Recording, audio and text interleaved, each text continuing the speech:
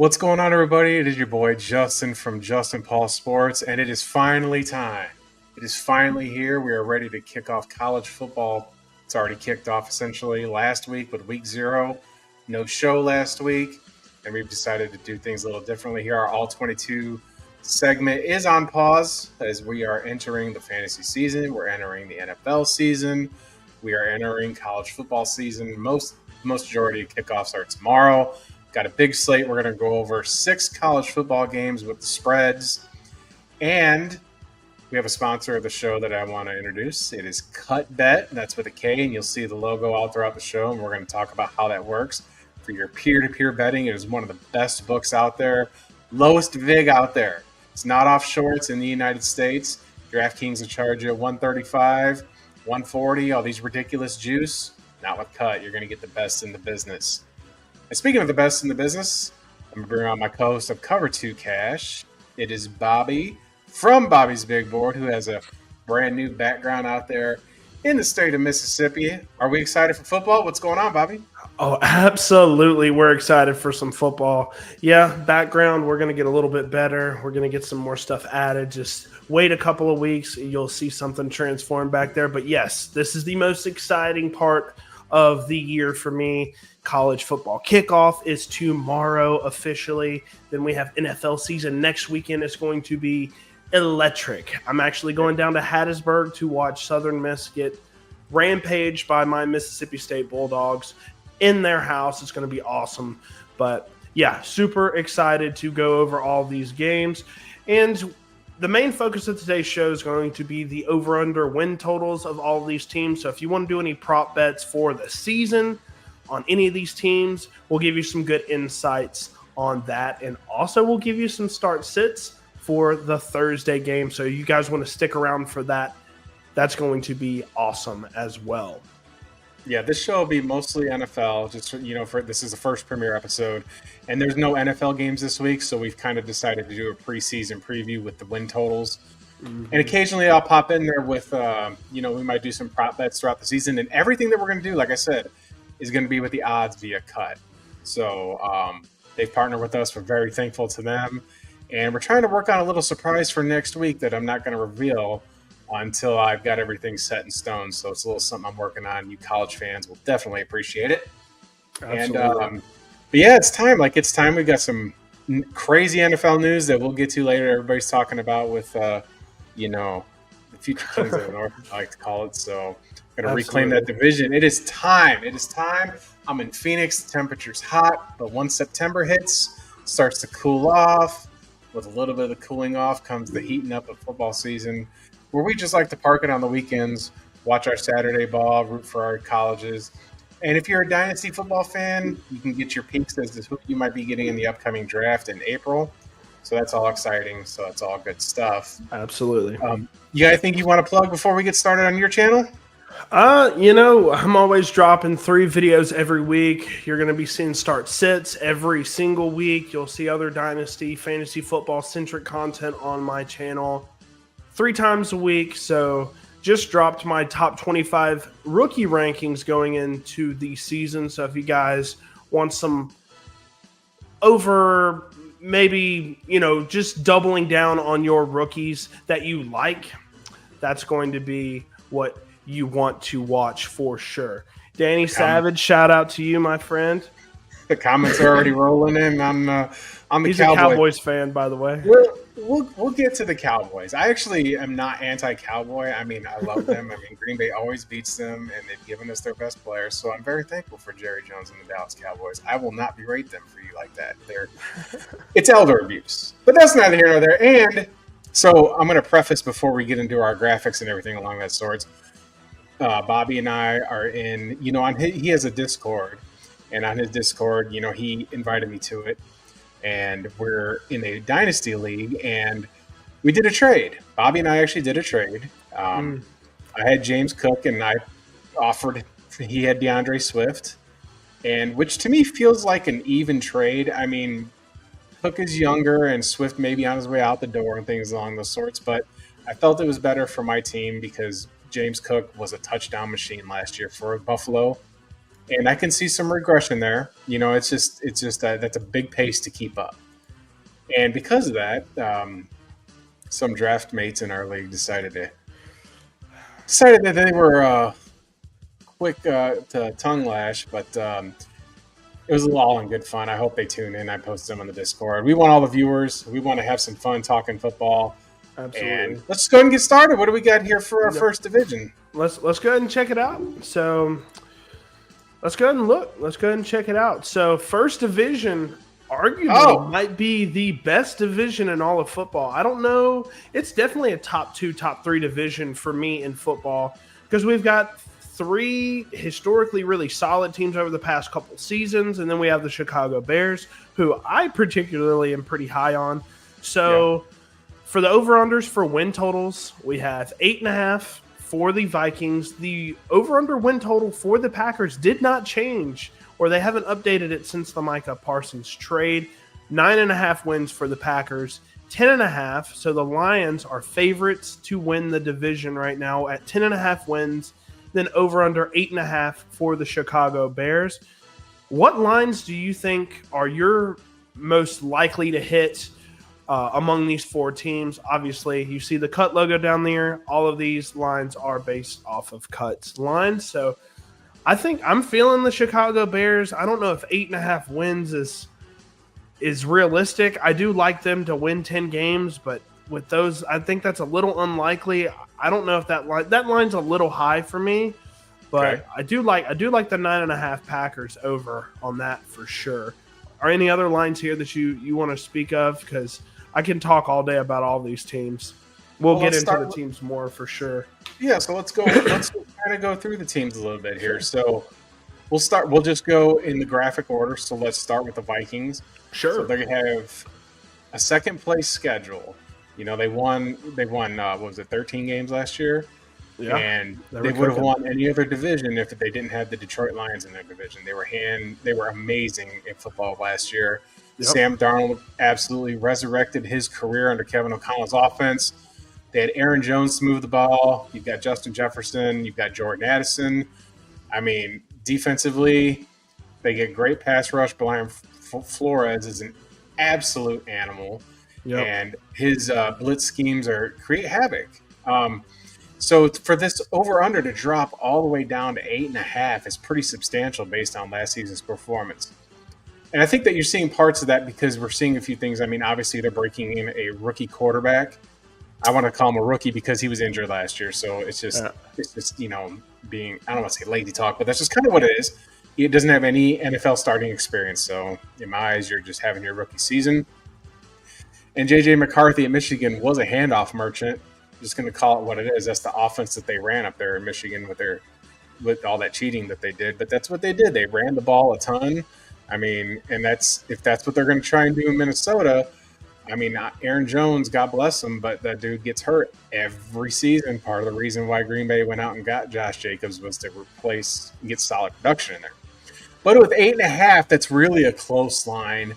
I think that the Vikings regressed due to some one-possession ball games that they won, breaking in a new quarterback. We see Justin Jefferson's injured. If Dallas Turner can come out there and turn it up on the defensive edge, and Ivan Pace, who's just a monster of a linebacker. Ben Ginkel as well, I love. Yeah, they're a little undersized, but those guys make plays. But if I had to bet 8.5, man, it's a good line. I'm going to take it. I think I'm going to take the over. I think they can win 9 football games, and it wouldn't shock anybody. Yeah, I think for sure. I mean, they brought in Jordan Mason, right? So that's going to be the insurance policy for Aaron Jones. I think they're going to have a committee back there just so Aaron Jones doesn't get banged up. Also, Danny, to your point, Micah Parsons, definitely second half just snoozer for sure. He just plays hard. He's a little undersized, and I think he gets banged up throughout the season, absolutely. But back to the Vikings, J.J. McCarthy, I watched a lot of his film at Michigan when he did get to throw. And, I kind of liked what I saw. I thought his arm was decent. I liked what I saw in the preseason a decent amount. So we'll see how he does. I mean, the regular season in the NFL is a different animal. And we're going to see how he does. Like you said, Brian Flores absolutely deserves to be a head coach in the NFL. He's a great defensive mind. And the Vikings defense is a very strong unit for sure. Jetta's a little banged up. Addison's suspended the first 3 games, right? They got the guy out of Maryland, Ty Felton. But yeah, eight and a half wins. That's close. Yeah, it feels doable though. It's literally 8 or 9, I think, for the Vikings, but it's way questionable. Like, I don't know. We don't know what J.J. McCarthy is yet. Right. We can speculate all we want with how he played in the preseason, how he played at Michigan, but it's just not the regular season. Neither one of those things are the regular season, so it's all speculation as of right now. With Kevin O'Connell, though, he's made everybody look good. Josh Dobbs, right? Nick Mullins, former Southern Miss alumni. He's made everybody look good. So I think J.J. McCarthy's going to look good in this offense. I'd say 9 to 10 wins is good for this. But let's go ahead and talk about your Green Bay Packers. I think they have a lot of promise now, especially with the Micah Parsons trade, right? You've got Rashawn Gary on one side, Micah Parsons on the other. I like Lucas Van Ness as well. I liked him coming out of the draft last year. So you got, I know y'all lost Jair Alexander to one of my favorite teams to win the Super Bowl this year, but y'all still have a ton of talent. Josh Jacobs can handle 250 carries easily every season. Y'all have got one of the youngest receiver cores in the NFL right now with tons of talent. Y'all added Matthew Golden in the draft. Jordan Love, I think, is a little hit or miss with some of the gunslinging things that he brings to the table, but he definitely has the talent to be a upper echelon quarterback, as we saw in 2023. But yeah, I think 9.5 wins, I think they clear that fairly easily. It's really hard, and you'll see that with a lot of these teams that are projected to go 11 wins. I'm not going to be taking the overs on because it is just so hard. I mean, The Ravens won 13 games last year, and their roster was stacked all across the board, and they still only won 13 games. I think the over on a 9.5 is fine, but any team with 11.5 win line is just not what I'm looking for. But how do you feel about your Packers? I'm assuming 9.5 seems a little low to you, but yeah, how are you feeling about this line overall? So I think with the 9.5, you saw a little bit of regression last year with Green Bay towards the end of the season, but I think a few things to factor in is Jordan Love got hurt in that first game, and he never felt like he really, truly found his rhythm the entire season. Malik Willis went in there, they won 2 games, but Green Bay has struggled to get any pressure. And that's why I was over the moon with this deal, because, we got our guy here. Tight end Chip Micah quits, just move him around, but he's too dumb, play middle linebacker. Well, here's what's different. With all due respect to, I think he said he's a Cowboys fan. Dallas is undersized on the defensive side of the football, and I think that there's going to be, if you're chipping Micah and you're going to double Micah, which you should do because he is a 4-time All-Pro, you're going to give opportunities to some other players, and the Packers have an outstanding defensive front. I think Lucas Van Ness will make plays. Deontay Wyatt has shown that he can make plays. I think this is going to open up opportunities for Rashawn Gary. I can see the Packers going to a cover 2 scheme now because they have the front 4 to get it done. Plus, there's a guy from Florida there named Brenton Cox who's just an absolute murderer. One of my favorite players, even though he went to Florida. Transferred around. He had some problems in college, but the man can play defense. He just absolutely can. Offensively, I think that they'll be fine. I mean, Jaden Reed, I think I'm a little concerned about that with his foot. I mean, he's got that Jones injury, which is the same thing that Kevin Durant had. But I think that if he's out, I'll use the worst case scenario. If he's out, I think the Packers offensive line can get enough push to make them a running football team. And I think that we're going to see some plays made by the rookie from Texas with Golden, and I think that Dontavian Wicks has a resurgence. The guy at Virginia was just constantly open, and 2 years ago was catching the football and was really making a push to get the number 2 spot. And Romeo Doubs is going to be there, and Christian Watson will be back. So I think that they'll be. I think that's why the number's at 9 instead of 10 is because there's still kind of question marks offensively with those kinds of things. But they've got the backfield. The quarterback's in his 3rd year. It's, coaching staff that there's no turnover. There's no turmoil. And I think you're going to get a little bit of a locker room boost because Jordan Love and Micah are close. They're friends in the offseason. They share the same agent. And I think that the Packers, this has a psychological effect on them to where they can say, we're Super Bowl contenders now. We need to act like it. I think Green Bay made the investment by getting Micah with the 2 firsts. Who cares? Who cares? Because it's just 2 firsts and a player that was over 30. God bless Kenny Clark, but he's past his prime.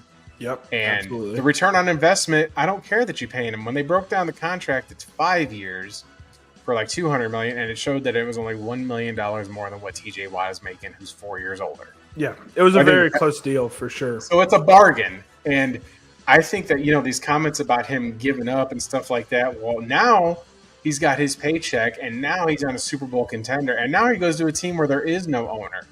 He's going to a team that's a town, that's small town, that's football centric, and I think that changes some of these players because they're not distracted by all the things that you can have in most other NFL cities. So I think that the Packers can hit the 9.5. I do like them to win this division this year because, as I'll segue into the Lions, this is a team over under 10. That's 10.5 is a really, really good fair line. Loaded team offensively. Jared Goff is he's not elite, but he's super efficient. He's very good. And then they've got, D-Mont's going to be back. Jahmyr Gibbs is electric. Jameson Williams is fast. The sun god's going to get open. So, but they did lose a couple of key players on the offensive line that I think will hurt them. Frank Ragnow retires. They let Dan Skipper go. I think that there's going to be some changes with everything with these coordinators. Absolutely. It's not like college football where you can just kind of plug them a little bit more. This is you don't just arrive in this league. Now, defensively, they get Hutchinson back, but he's coming off a broken leg. So we're going to see the Sunday prime, not the Sunday night game, but the afternoon game, the Packers and the Lions in Lambeau. So we're going to get it right away. I'm really looking forward to that. The Lions have won 3 in a row there in Lambeau. We're tired of it. And this is absolutely a great way. I hope Micah Parsons hits Jared Goff from behind, forces a fumble, and it changes the trajectory of this football game. So, but I think 10.5 is like the perfect Vegas line for this. Yep. I would take over because of the roster, and I think that they can still do that. If it was 11.5, then I think they're a 10-win football team. So that's but I think they can win. They could squeak out a game there and win 11. Yeah. Also, looking at these lines, the NFC North, none of these teams are projected to do poorly. 8 and 9 is just under 500, but these aren't projected like teams that we'll see later on these graphics. But, absolutely. What's your take on Detroit? It's interesting. I think Ben Johnson was a major loss. I think Aaron Glenn was a major loss. There's a reason both of these guys got head coaching jobs. It's just that, right? Do I think Aaron Glenn does very well with the Jets? Probably not. But with both of their main coordinators leaving, then they bring in guys from the inside, bring them up. Dan Campbell, I think, is one of the best head coaches in all of football in his ability to just get these guys just ready to play. That's a really important aspect of this team. And if he's the lifeblood of the team, it's going to be proven this year. Is Dan Campbell the real deal? I think he is, but I think they're a 10-7 football team. That's what I think. So that's why I'm taking the under. And obviously injuries can happen, things like that. Just with Aiden Hutchinson last year, I know he got injured. That man was playing on a heater. He had 9 sacks in 4 or 5 games. He was going crazy. So hopefully he's back to himself this year. But I still think about 10 wins. I think the offense is going to struggle. We've seen what Jared Goff looked like under Sean McVay. Ben Johnson had a perfect system.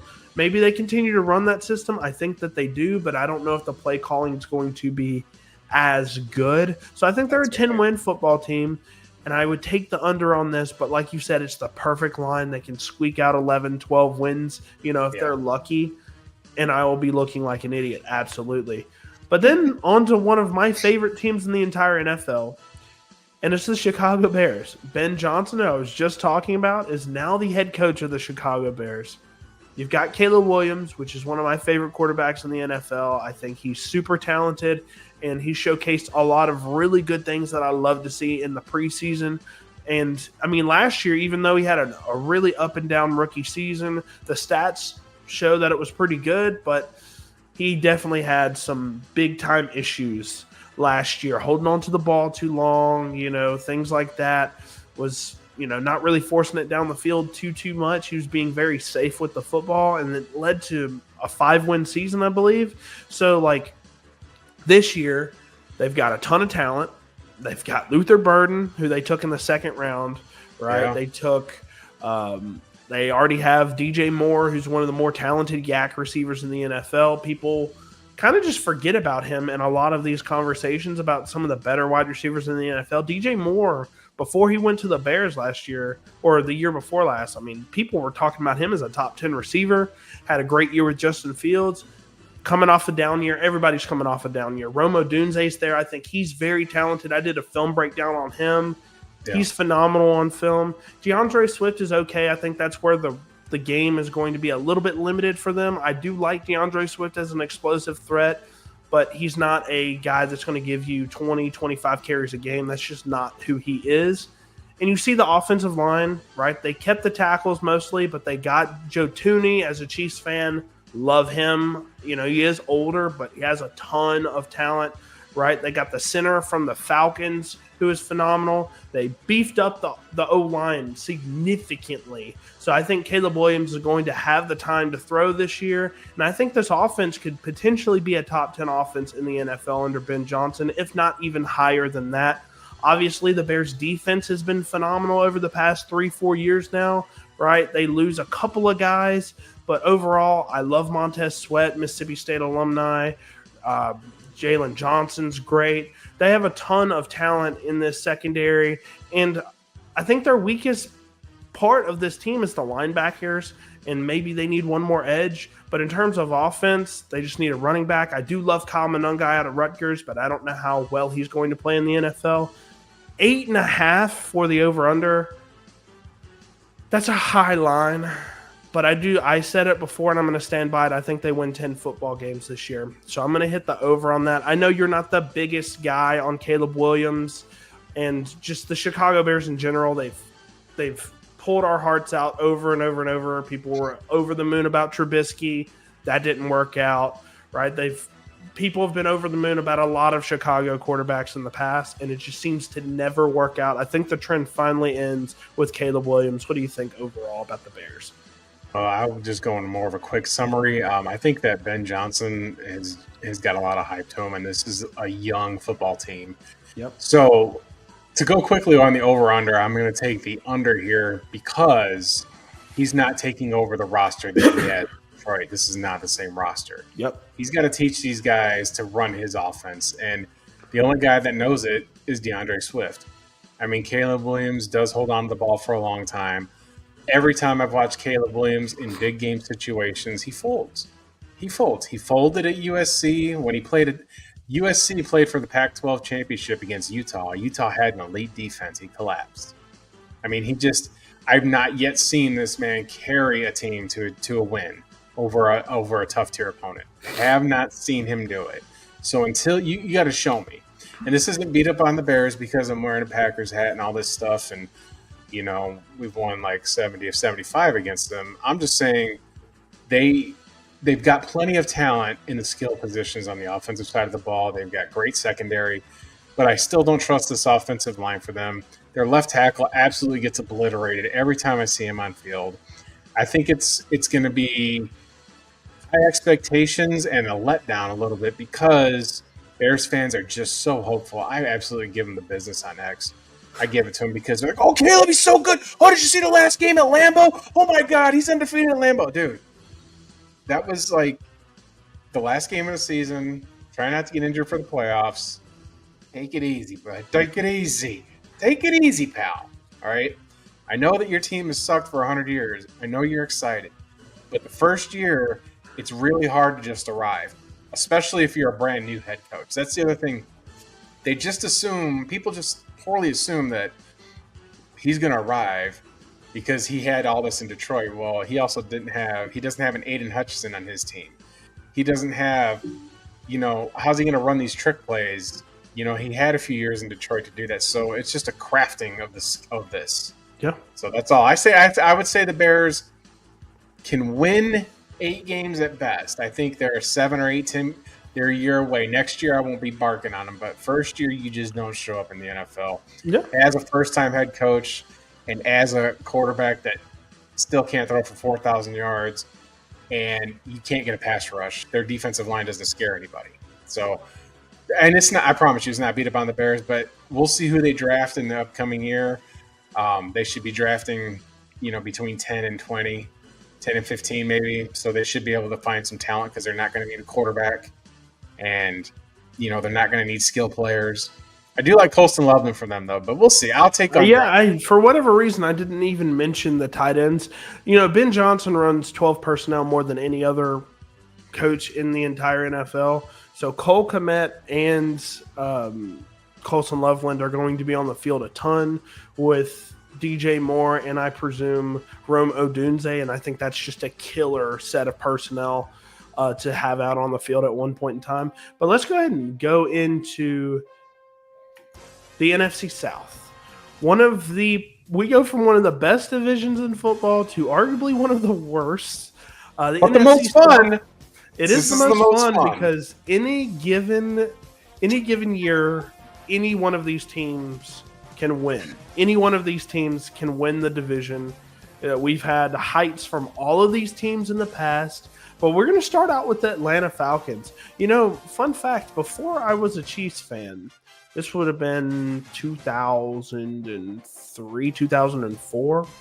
My first jersey ever was a Michael Vick jersey. I loved me some Michael Vick. So I was a Falcons fan very early on in my life until I just went to the Kansas City Chiefs, man. I just turned a leaf and went to them, watched us suck for about 10, 15 years, and then all of a sudden we boomed out.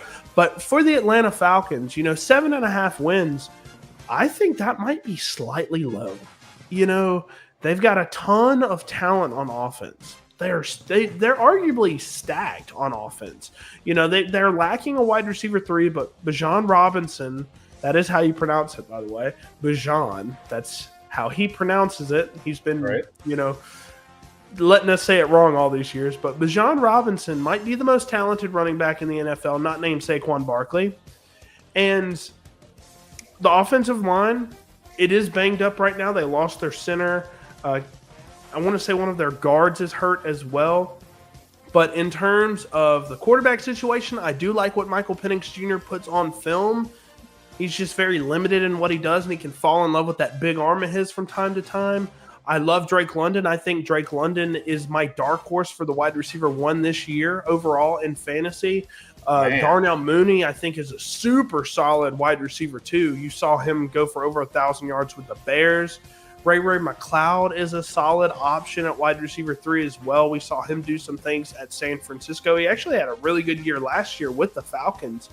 But I love that they signed Nick Nash, but unfortunately he didn't make the team. He's on the practice squad, but I loved what Nick Nash put on tape last year at San Jose State. Then the defense. I think that's the biggest reason why this line is as low as it is. I like some of the corners that they have, but their safety tandem with Jesse Bates, and I forget their other safety, but their defense is pretty solid. They just don't have any pass rush. They drafted back-to-back pass rush in the draft, so hopefully those guys work out.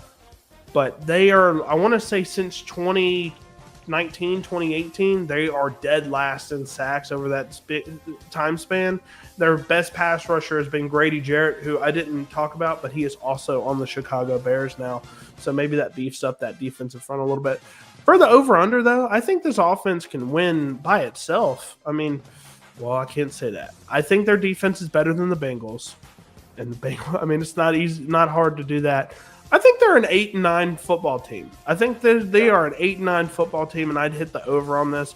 And if Michael Penix progresses and showcases a little bit better on film, than what he did last year, I think they could win 9 games maybe. I feel like all of these teams can win 9 games outside of the Saints. So it's going to be another year of just until the very end. Week 18 is going to be who wins the NFC South. But how do you feel about the Falcons overall? Obviously, former Super Bowl choke artist. Yeah, overall, how do you feel about them and their quarterback, Michael Penix Jr.? So that's the key. I'm taking the under on this. Not a big Penix guy?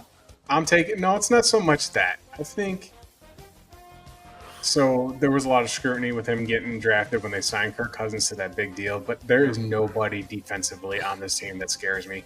James Pierce is a great draft pick from Tennessee. That guy was just an absolute beast coming off the edge, but he's a little undersized. So I want to see what he does against, elite talent in the NFL every week. I mean, he was getting it done in the SEC, and that's usually a tell, your college production. But there's nobody else on that defense scares me. You lose Grady Jarrett. I don't think their secondary is worth a lick.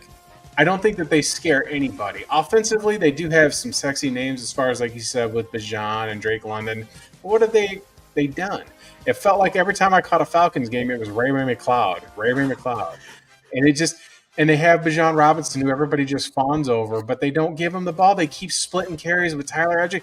It's frustrating. But then why did you take Bijan if he's your guy? Like, that's the thing. This organization right now just feels absolutely mediocre. I don't think that they win 7.5 games. I would take 7 at the most. I would absolutely pass on it. I'm punting on the Falcons this year. There's just nothing elite about them. I think that they're lower mid-tier. They're going to be drafting. I think they might even draft in the top 10. I really just can't buy the offense having enough experience. I mean, you've got Kyle Pitts. You don't throw him the football. I didn't even talk about Kyle Pitts, man. I didn't even talk about Kyle Pitts. You've got these elite skill players, but you can't do anything defensively. Yep. So I'm taking the under, and we're moving it right onto the Carolina. Well, I do have a quick question for you. So okay. You did say that they're pretty, subpar organization right now. And you say that it's going to be hard for them to win 7 games, which means they're probably going to be playing from behind, if you're correct, right? So do you think in Dynasty right now, Bijan Robinson is the overall RB1? Or do you have him as far back as RB3 behind Genty and so I feel like Gibbs is I do have Bijan as my RB1 just because of the pass upside, but Gibbs is like right there. So the irony is I'm probably the only fantasy football player who does not do rankings like that.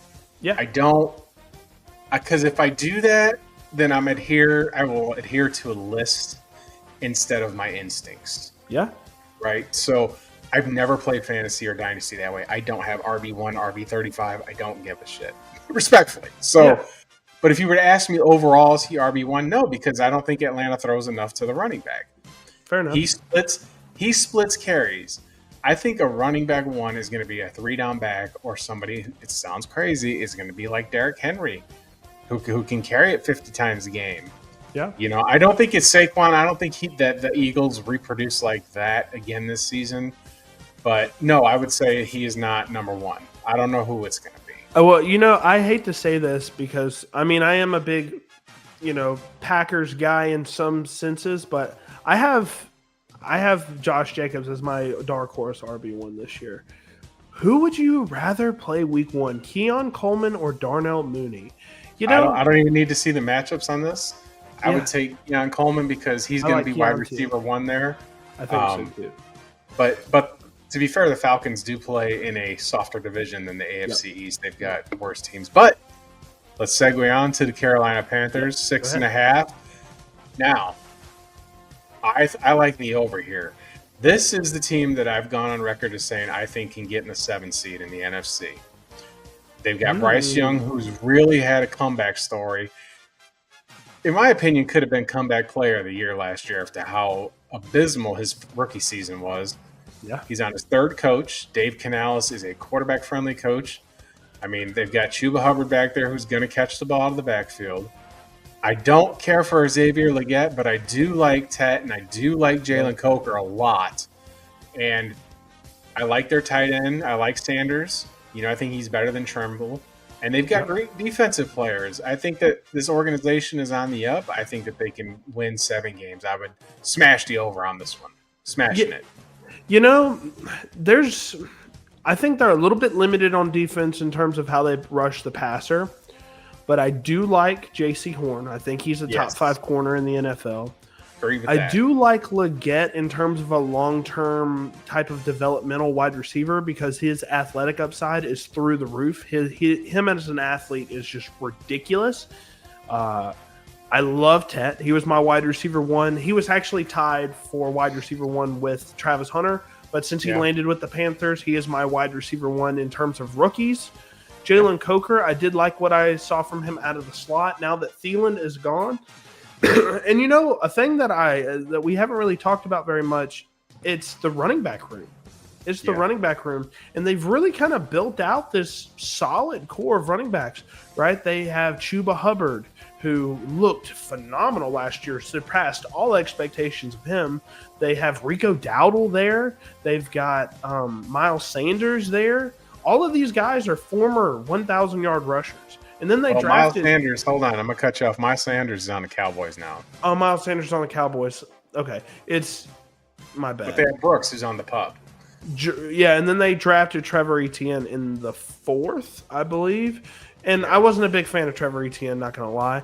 But Rico Dowdle is a solid RB2, and Chuba Hubbard, I think he's one of those backs that you can give the ball to 25 times. I did not think that up until last year, but he looked great and he looked solid in the preseason as well.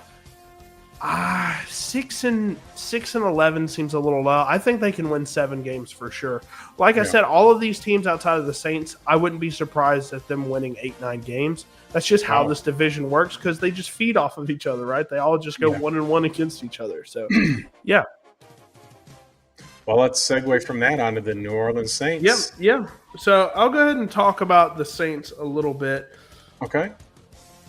So the Saints, they have a big issue at quarterback, right? They just named Spencer Rattler the starter.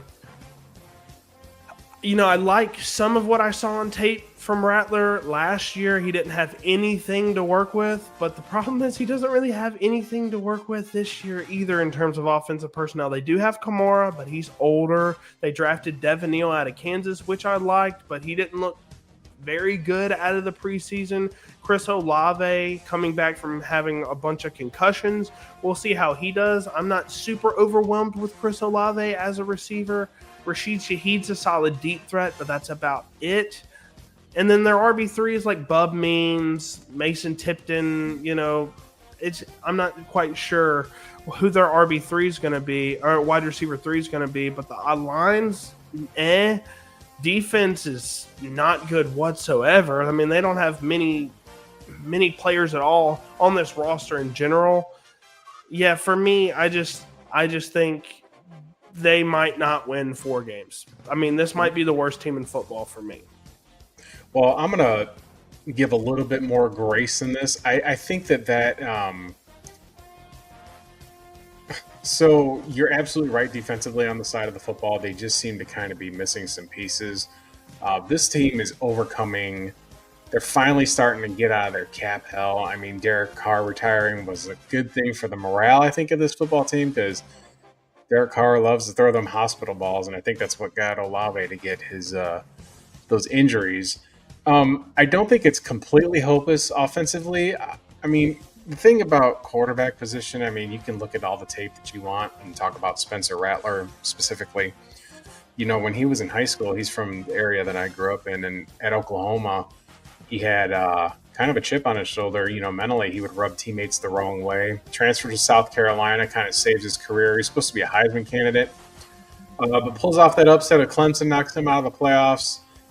And last year, he got an opportunity. He did not look great. However, I think there's some maturity going on with Spencer Rattler. I saw an interview with him on the Rich Eisen show where he's just absolutely dead focused on football and has a talent. Yeah. And I kept an eye on him in preseason, and I know that preseason is not a tell for how things are. Yep. But I did see him come in the game and lead a late game rally to win the game. at home in a preseason game, and I think that the team is going to rally around him. I think that I think he might be good enough to start the whole season. Yeah. And I think that still got something. You still got gas in the tank with Kamara. I know that he's not a very handsome, dynasty option, but 5.5 feels about right. But I don't think that Spencer Rattler is the cause of this. I think, like I said, it's all this casualty and all this and that.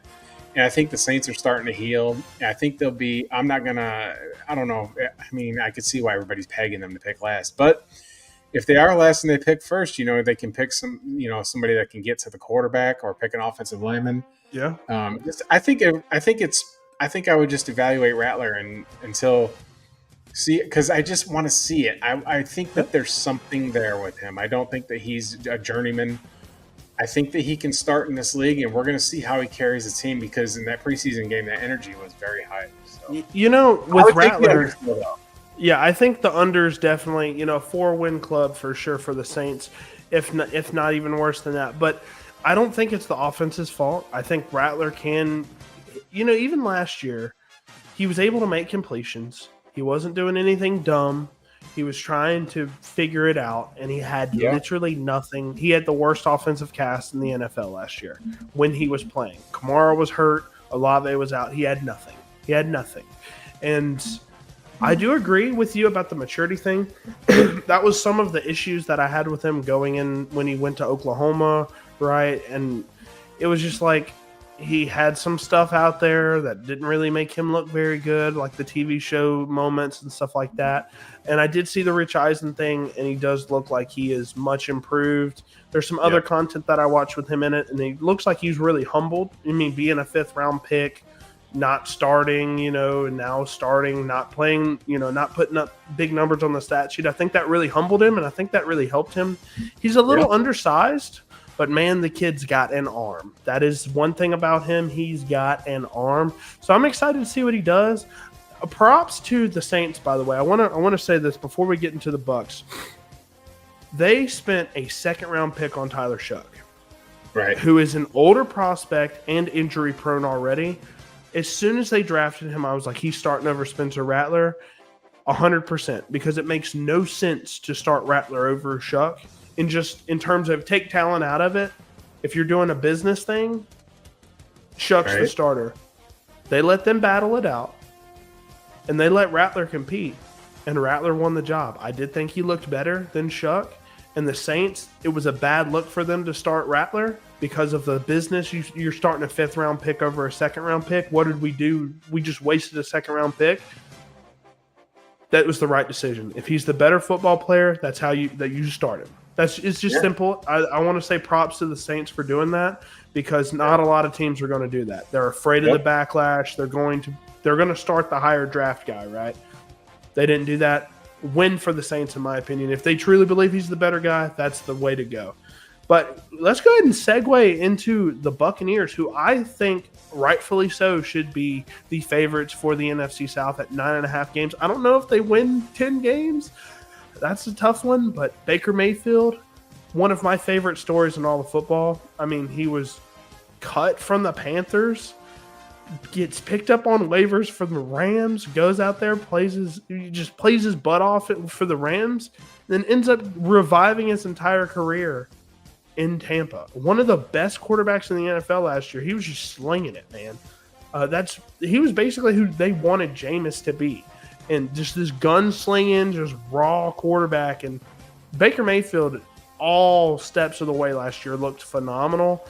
And you don't throw 40-plus touchdowns and not be a good quarterback in this league. It is what it is. He's got a great cast. They hit big time with Bucky Irving in the 5th round last year at running back. He looks great. They have some of the best wide receivers as well. I know Evans isn't getting any younger, but I think he's got a year or two left in the tank. Chris Godwin, I know, is hurt. But they have Jalen McMillan, who's going to be hurt also. So you've got Igbuka, who might be one of my favorite first-round picks in the NFL draft this year. And Igbuka also, phenomenal person, great locker room guy. So they have a ton of really good options in the offense as well, with Rachaad White as a 3rd down back. They've got Sean Tucker as well. Like, another solid back. They have 3 good backs on this roster, decent offensive line, and Baker Mayfield is just a gunslinger that's going to try and score you a ton of points. Defensively, they're decent as well. Vita Vea is one of the best D tackles in the NFL. What do you feel about the Buccaneers winning 10 games this year? I mean, I think that's a little high. I think they're a 9-win football team. So I'd probably take the under. I would take the over. I think they can win 10 because they're still super talented compared to everybody else. I agree. Baker's in his prime. I think Egbuka is going to be a great number 2 for now because of the injuries. I mean, they still got great offensive linemen with Corey Mock, and up front they're nasty. And then, like you said, they've got good backfield. They've got good defensive players. I think the Bucs can win 10 games. I think they're the NFC South champs. They are getting older in age long term, so they're going to have to start making some decisions. But I agree with pretty much everything you said about Tampa Bay. Yeah, I love what they bring to the table offensively for sure. I know they lost their offensive coordinator. We'll see how that ends up working out. But I think Baker's put up great numbers with nothing with the Browns. He's put up great numbers in Tampa with 2 different offensive coordinators. I'm curious how he ends up doing moving forward. Real quick, though, I've got a lot of people that are saying Tet. It's literally Tet, then Egbuka in this rookie class. I like Travis Hunter a lot, so I have Tet, Travis, then Egbuka probably. Where do you put Egbuka overall in terms of your favorite, most productive rookie receivers this year? I think Egbuka's towards the top of that list for sure. Yeah. I mean, as far as production for his rookie year, yeah, but I think over long term, he's going to be a wide receiver 1 there. I think so as well. All right, let's move on to. We're going to have a little bit more. We're going to have a little bit more context on this division here after this slide.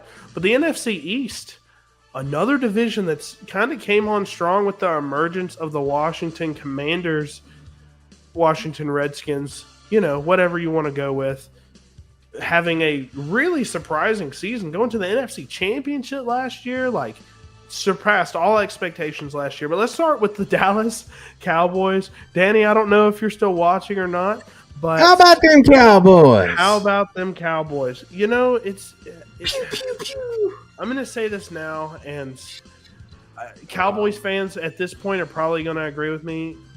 The worst GM in this decade, Jerry Jones, easily, I think. Okay. Worst GM. Now, I will say, as a businessman, probably the greatest of all time in any sport in terms of making a brand, making a business. The Cowboys are one of the biggest brands in all sports. So I have to give him props for that. But in terms of being a GM for a football team, he has just fumbled a lot. And he's had a ton of talent. He's hired the wrong coaches over and over again. Obviously, the 90s were a different time. He really had made a lot of success in that time.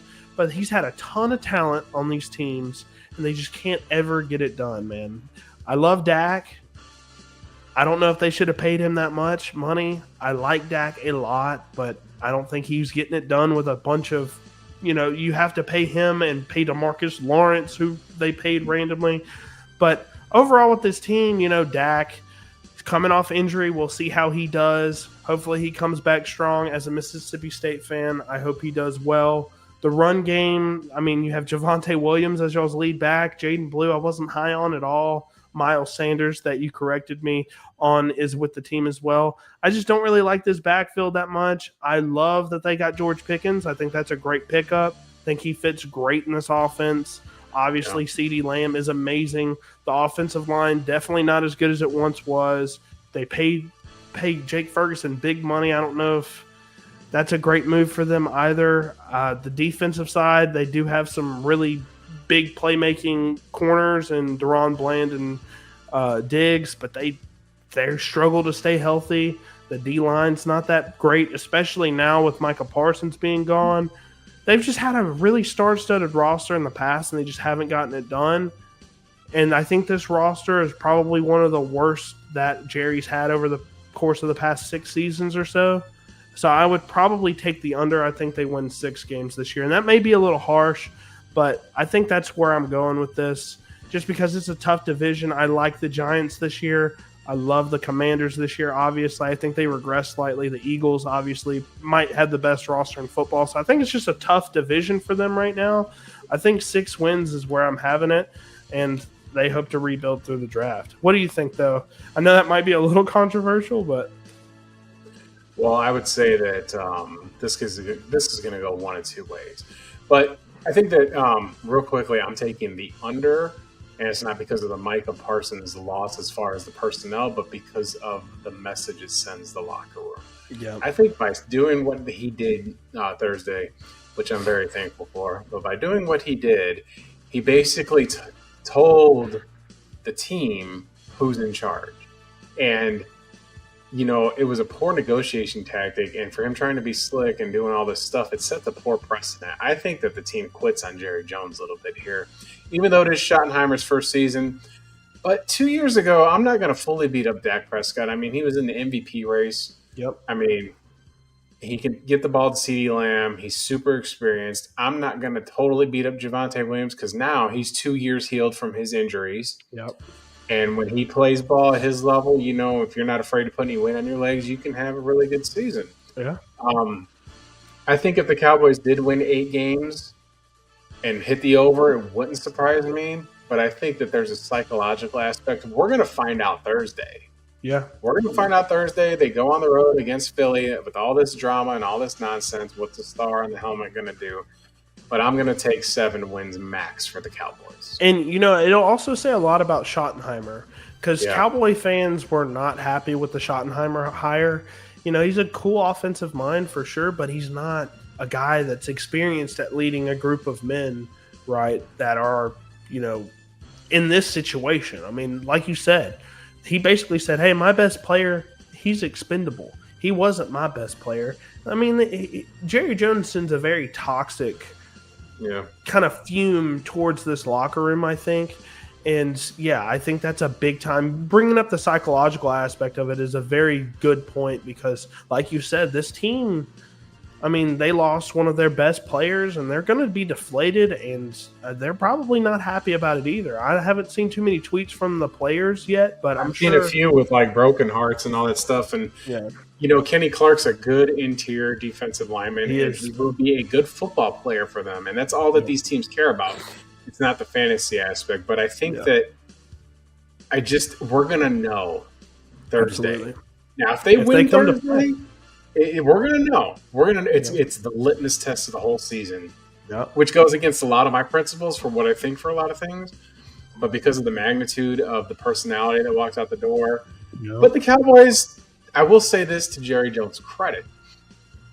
So he does get 2 first-round picks, and he's not going to be in the hole. Salary cap, the Cowboys are in really good shape, so he can fix this. It's just hard to let an elite defensive pass rusher go in this league that's 26. 26. Like TJ Watt and Myles Garrett and Max Crosby, those guys are all 30. Yeah, you posted a stat that he's the only other player to have 12+ sacks in their first 4 seasons is literally him. Yeah. And that's our guy. Reggie White. That's the owner of Cut, ladies and gentlemen. What's going on, Mr. Sim? He is the JC Horn, Leggett, Rico. Rock out with your cock out, brother. Hey, look, I said it whenever we were going over the SEC. I thought South Carolina has a ton of talent. I think they could be dark horses for the SEC this year. I have them as like a top 4 team in the SEC, so they definitely are battling out for it for sure. Lenoris is looking good, man. I can't wait to see what he puts on the football field for sure. But I want to say one last thing about the Dallas Cowboys for sure. With what Jerry Jones has done in terms of trades, picking up guys, on free agency and stuff, he just hasn't done that well over the past few years, even when he has had salary cap. So when he does have available cap, he's shown that he's been pretty underwhelming with that. Hopefully that changes because he has a ton of cap to work with and he's able to sign the right guys because, like you said, he can fix this. You have enough money to where you can sign Pro Bowl caliber players, and if you hit on your draft picks, I did like their first-round pick, Booker, out of Alabama. I thought he was a fantastic run mauler, so we'll see. But let's go ahead and talk about the Washington Commanders, man. I love what they did last year. Surpassed a ton of expectations. Cliff Kingsbury showed that, hey, look, I'm good, guys. I can make this happen, right? And it's always the second year with Clint Kingsbury that always just rubs me the wrong way. Every second year, Kyler had a phenomenal season his first year in Arizona, and then it just fell apart. People figured it out. I think that's going to happen this year, and I think they're going to have to make some adjustments because Jaden Daniels, I love what he did on the football field last year, but I think the offense is just a little too simplistic and a little too college-like for me, and I think these defensive minds are going to figure it out and kind of put a stop to it, and they're going to have to adjust. If they can adjust well, I think this team has all the talent in the world to go to the NFC Championship again, but it's all going to be on if Cliff Kingsbury can adjust, and history has shown that he's not really good at adjusting. We'll see, but Jaden Daniels, top 5 quarterback in the NFL, in my opinion, after the rookie season. You have Ja'Cory Krosky-Merritt, Austin Eckler. They just traded Brian Robinson. I think that running attack is going to be underwhelming, even though I do like JCM as a prospect. The wide receiver room, they paid Scary Terry. I think that's a big uplift for this team because a ton of people were like, hey, man, we need to get this done. We love Scary. Everybody in that organization loves Scary Terry for what he's done throughout all the bad years that he's been there. And they brought in Debo. I think that's a solid signing, even though he's older. He looked fast in the preseason, man. He looked really good. They brought in Jalen Lane, who I thought was solid out of Virginia Tech.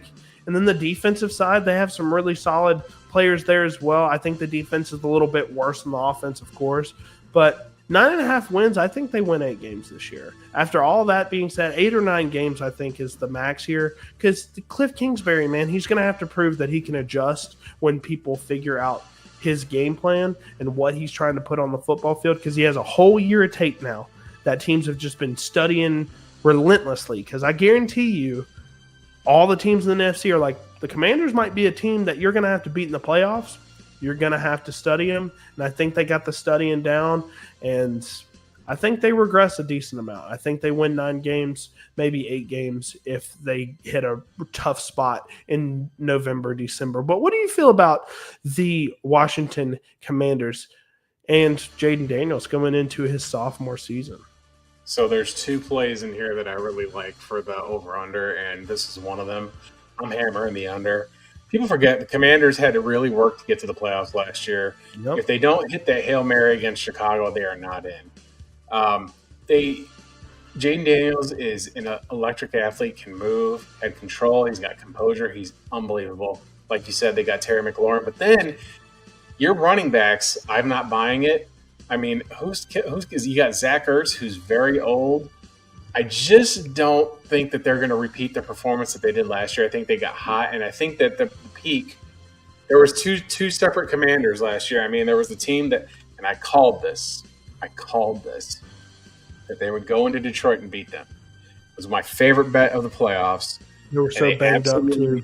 Yep, they absolutely destroyed them. They hammered them. I mean, Detroit had a lot of injuries on defense, but I also didn't think that they had the horses to keep up with Jaden. But there's a few things to know about the Commanders. Last year, they faced a bunch of bottom-tier teams on their schedule. I mean, week 2, they're going to go into Lambeau. So we're going to see what you're set off from there. Yeah. I think that it's under. I'm not thrilled with anybody on the defensive side of the ball. There's nobody scary over there. I mean, they broke up. I mean, they still have Deron Payne from Alabama, but like what do you got? Who's your corners? Who's really going to make a play? Who's going to get to the quarterback over there? Who's going to get to jail? They were poor pass defense last year. They were one of the worst in the NFL last year. So, and I'm not in on the JCM hype. I'm not in on it. I mean, I thought trading Brian Robinson was foolish. I don't think they got the personnel to pull it off again. I think last year was a Linsanity run for this team. Well, I think that the psychological part of this team is good because absolutely. The owners took the time. They never had a public spat with Terry McLaurin. Terry McLaurin was there in practice talking to the owners. They were, I think this was just working out semantics. It didn't feel like it was a nasty negotiation here. So with the commies, I'm saying that they're out. I don't know if they're a playoff team. I want to say one thing about JCM. Look, a guy back in March me back in March was talking about JCM as like, man, this kid is like a third, fourth round talent. Like he was phenomenal as what he put on tape at New Mexico and Arizona in that one game. It's kind of gotten overblown, man. I'm seeing him get traded for first round picks consistently. How old is he? He's 24. He is 24. older, but for running backs, I don't think age matters all that much. But I do love what he put on tape in college. I thought his preseason was okay outside of that one big run. Yeah. I think the hype is way too overblown right now. Maybe I'm wrong. I did like what he put on film in terms of the burst and the elusiveness. But trading him for a first round pick, like getting a first round pick out of JCM is just crazy. I think people should be capitalizing on that hype right now, even though I love JCM as a player. That's where Dynasty's won in the offseason. Off-season, preseason hype will make your team. If you can get a second round pick for JCM, I think that's a steal. But JCM, he's a seventh round running back. I mean, he almost went undrafted. I loved what he put on tape, but this Commanders offense doesn't really run the ball that much. So, anyways, we'll segue straight into one of the best teams in the entire NFL, the Philadelphia Eagles. Look, that GM, he just keeps getting away with it. I'm always shaking my head when they're on the clock because it's like a player magically fell to them, right? Every single year they just draft studs every year. They did it last year. They got they needed corner last year. They needed corner. That was their biggest need.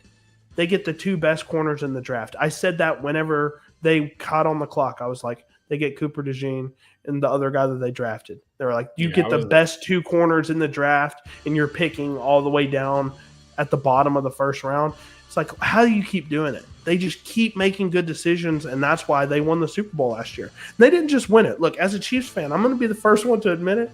They destroyed us. They pass rushed us. Mahomes couldn't get the ball out fast enough, had to make a ton of bad decisions. We couldn't get it done. We committed to stopping Saquon Barkley, which we did in the Super Bowl.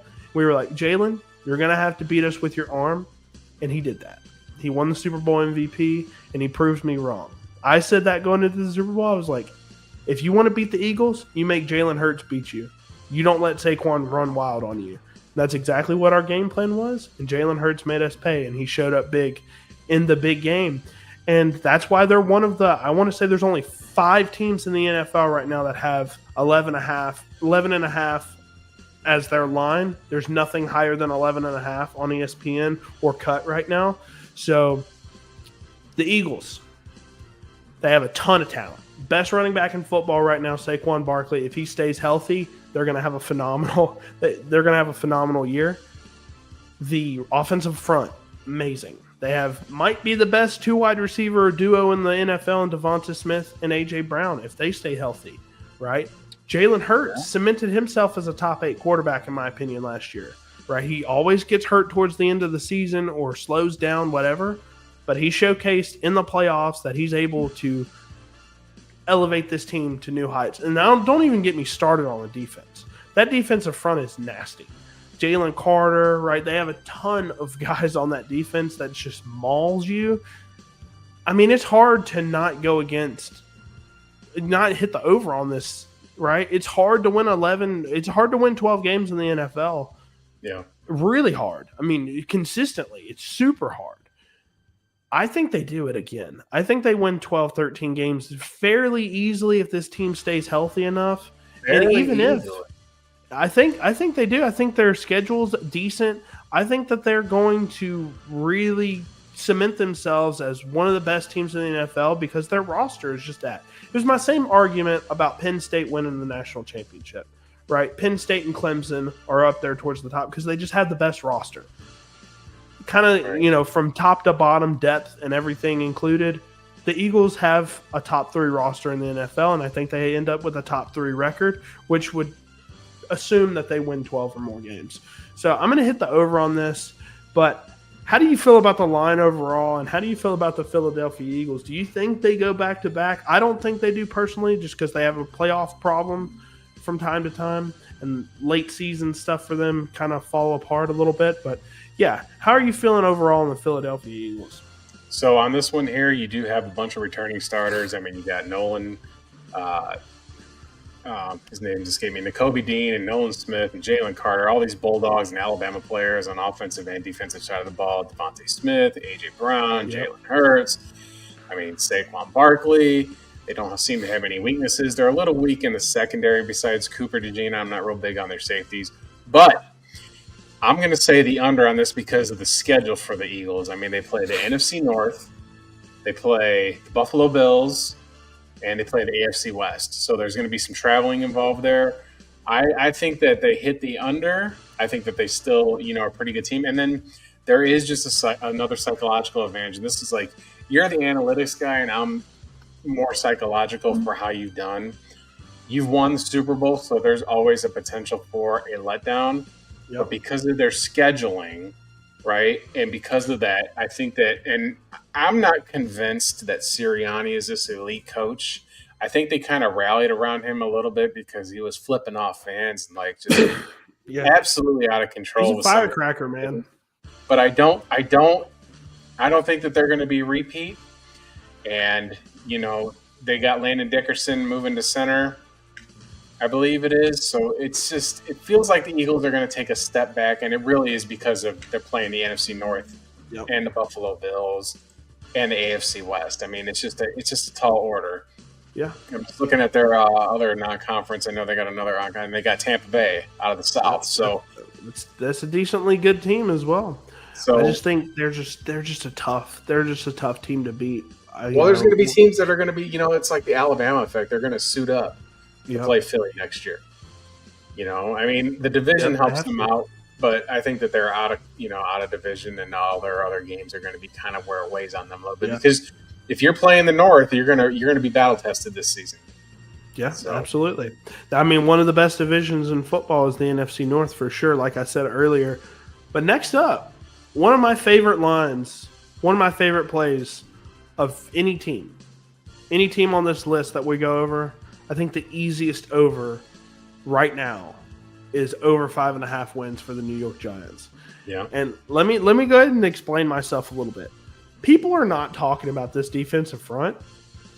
Brian Burns, Dexter Lawrence, Abdul Carter, they have a nasty Thibodeau as well. Like, they have a ton of talent on that defensive front. They might have the best defensive line in football. In terms of just overall talent, it's up there, right? Their secondary is meh, but you go to the offensive side. They had a big-time quarterback problem last year. They were starting DeVito. They were starting, I forget the other guy, Tim Boyle they started. Daniel Jones was horrible last year when he played. But they kind of get the answer. I think Russell Wilson's good enough to play with this cast and kind of figure it out a little bit. I love Daboll as a coach. I think he's a great offensive mind.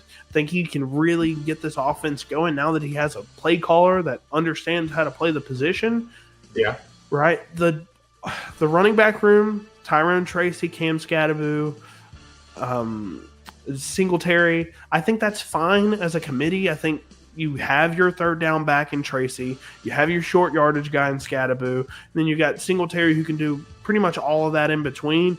I think that's a solid enough running back room.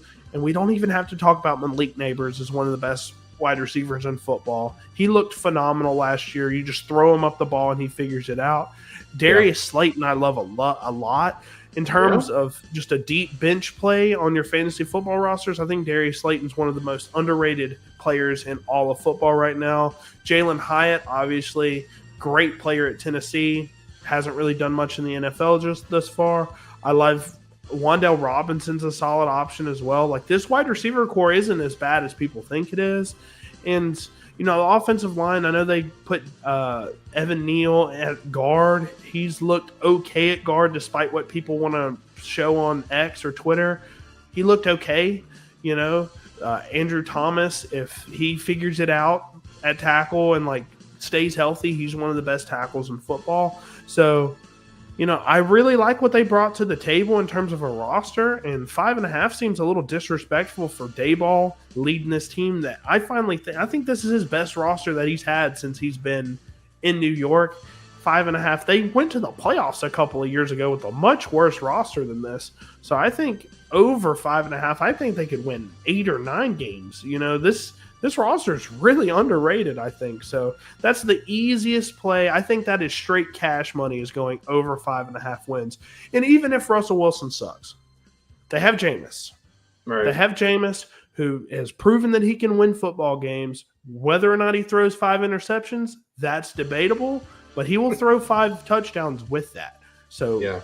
And then even if Jameis isn't the answer, they have Jackson Dart, who looked really good in the preseason. I don't want him to be thrown in the fire this year if they absolutely don't have to. Let him develop a year. I think the future is really bright in New York, and I think they could be a playoff team in 2027 easily if they keep all this talent. Well, I'm going to echo that sentiment. I think that I don't know if they make that playoffs, but I think that they understand, the Giants understand that he's a good coach, and I think that the sentiment's going to be how they improve. I think that they could be on the bubble, but see enough improvement to where, okay, we're going to give this one more year, maybe extend it one more year and do or die next season. Yeah. But I agree with your assessment on the wide receiving core. I think they'll be okay with Tracy and Scadaboo in the backfield. Scadaboo's going to be great on the goal line. Yep. Jackson Dart's been a great draft pick. I don't think that, like you said, they don't want to trot him out there and have him pass away because of a poor offensive line. And that offensive line has kind of been the Achilles heel for the Giants. Defensively, like I said, the defensive front is great, so the secondary will look better than it is if you can get a pass rush in there. Absolutely. I absolutely think that they're going to give the rest of the division a bunch of fits. Yep. I mean, playing Washington and Philly, you're playing quarterbacks that run the football. So I think that it's on the up and up. I do like the over. I think that a potential 7 seed is on the table for this team, just like the Panthers. Would not shock me. Yep. I don't feel that they're the stellar dwellers this year, even though Dallas has better players. Everybody's kind of got, except the Commanders, in my opinion, don't have better players. They just got better results last season. Yep. So I'm with you on that for sure. Yeah, absolutely. Right along for sure. Yeah, for Jackson Dart, one last thing I'll mention. I said when he was coming out of Ole Miss, he's not coming from a pro system. Lane Kiffin's offense is not very friendly to quarterbacks once they go to the NFL. He went to the perfect situation. If you guys own Jackson Dart, do not get rid of him. He's probably not going to play very much this year outside of maybe the last couple games. If the Giants have their way in 2026 with what he put on tape in the preseason, I think I said it. He has some of the prettiest throws of any quarterback in this class, including Cam Ward. He was phenomenal. I think you keep him on your rosters and buy him for a first-round pick if you can. But let's go ahead and get into. So we're only doing this for this one game because it's the Thursday night game. That's right. So we're covering the spread on this. Week 1, Cowboys at Philly. Philly is favored by 7 points, favored by a touchdown. 4 cut. That is their official line. I'm a bettor myself, but the professional is right above me in Justin Paul Sports. Trust what he says about the spread. How are you feeling about a -7? So before I break this down, I want to give a huge thanks to our sponsor, Cut. Absolutely. And if you go, you can download the app on the App Store. You can download it on Android. It is legal in 45 states, and they're obviously not going to be able to use the app where you can't. The founder did join us on the stream for a moment there. He is in South Carolina, so this is not overseas betting. They got the best juice out there, the best odds.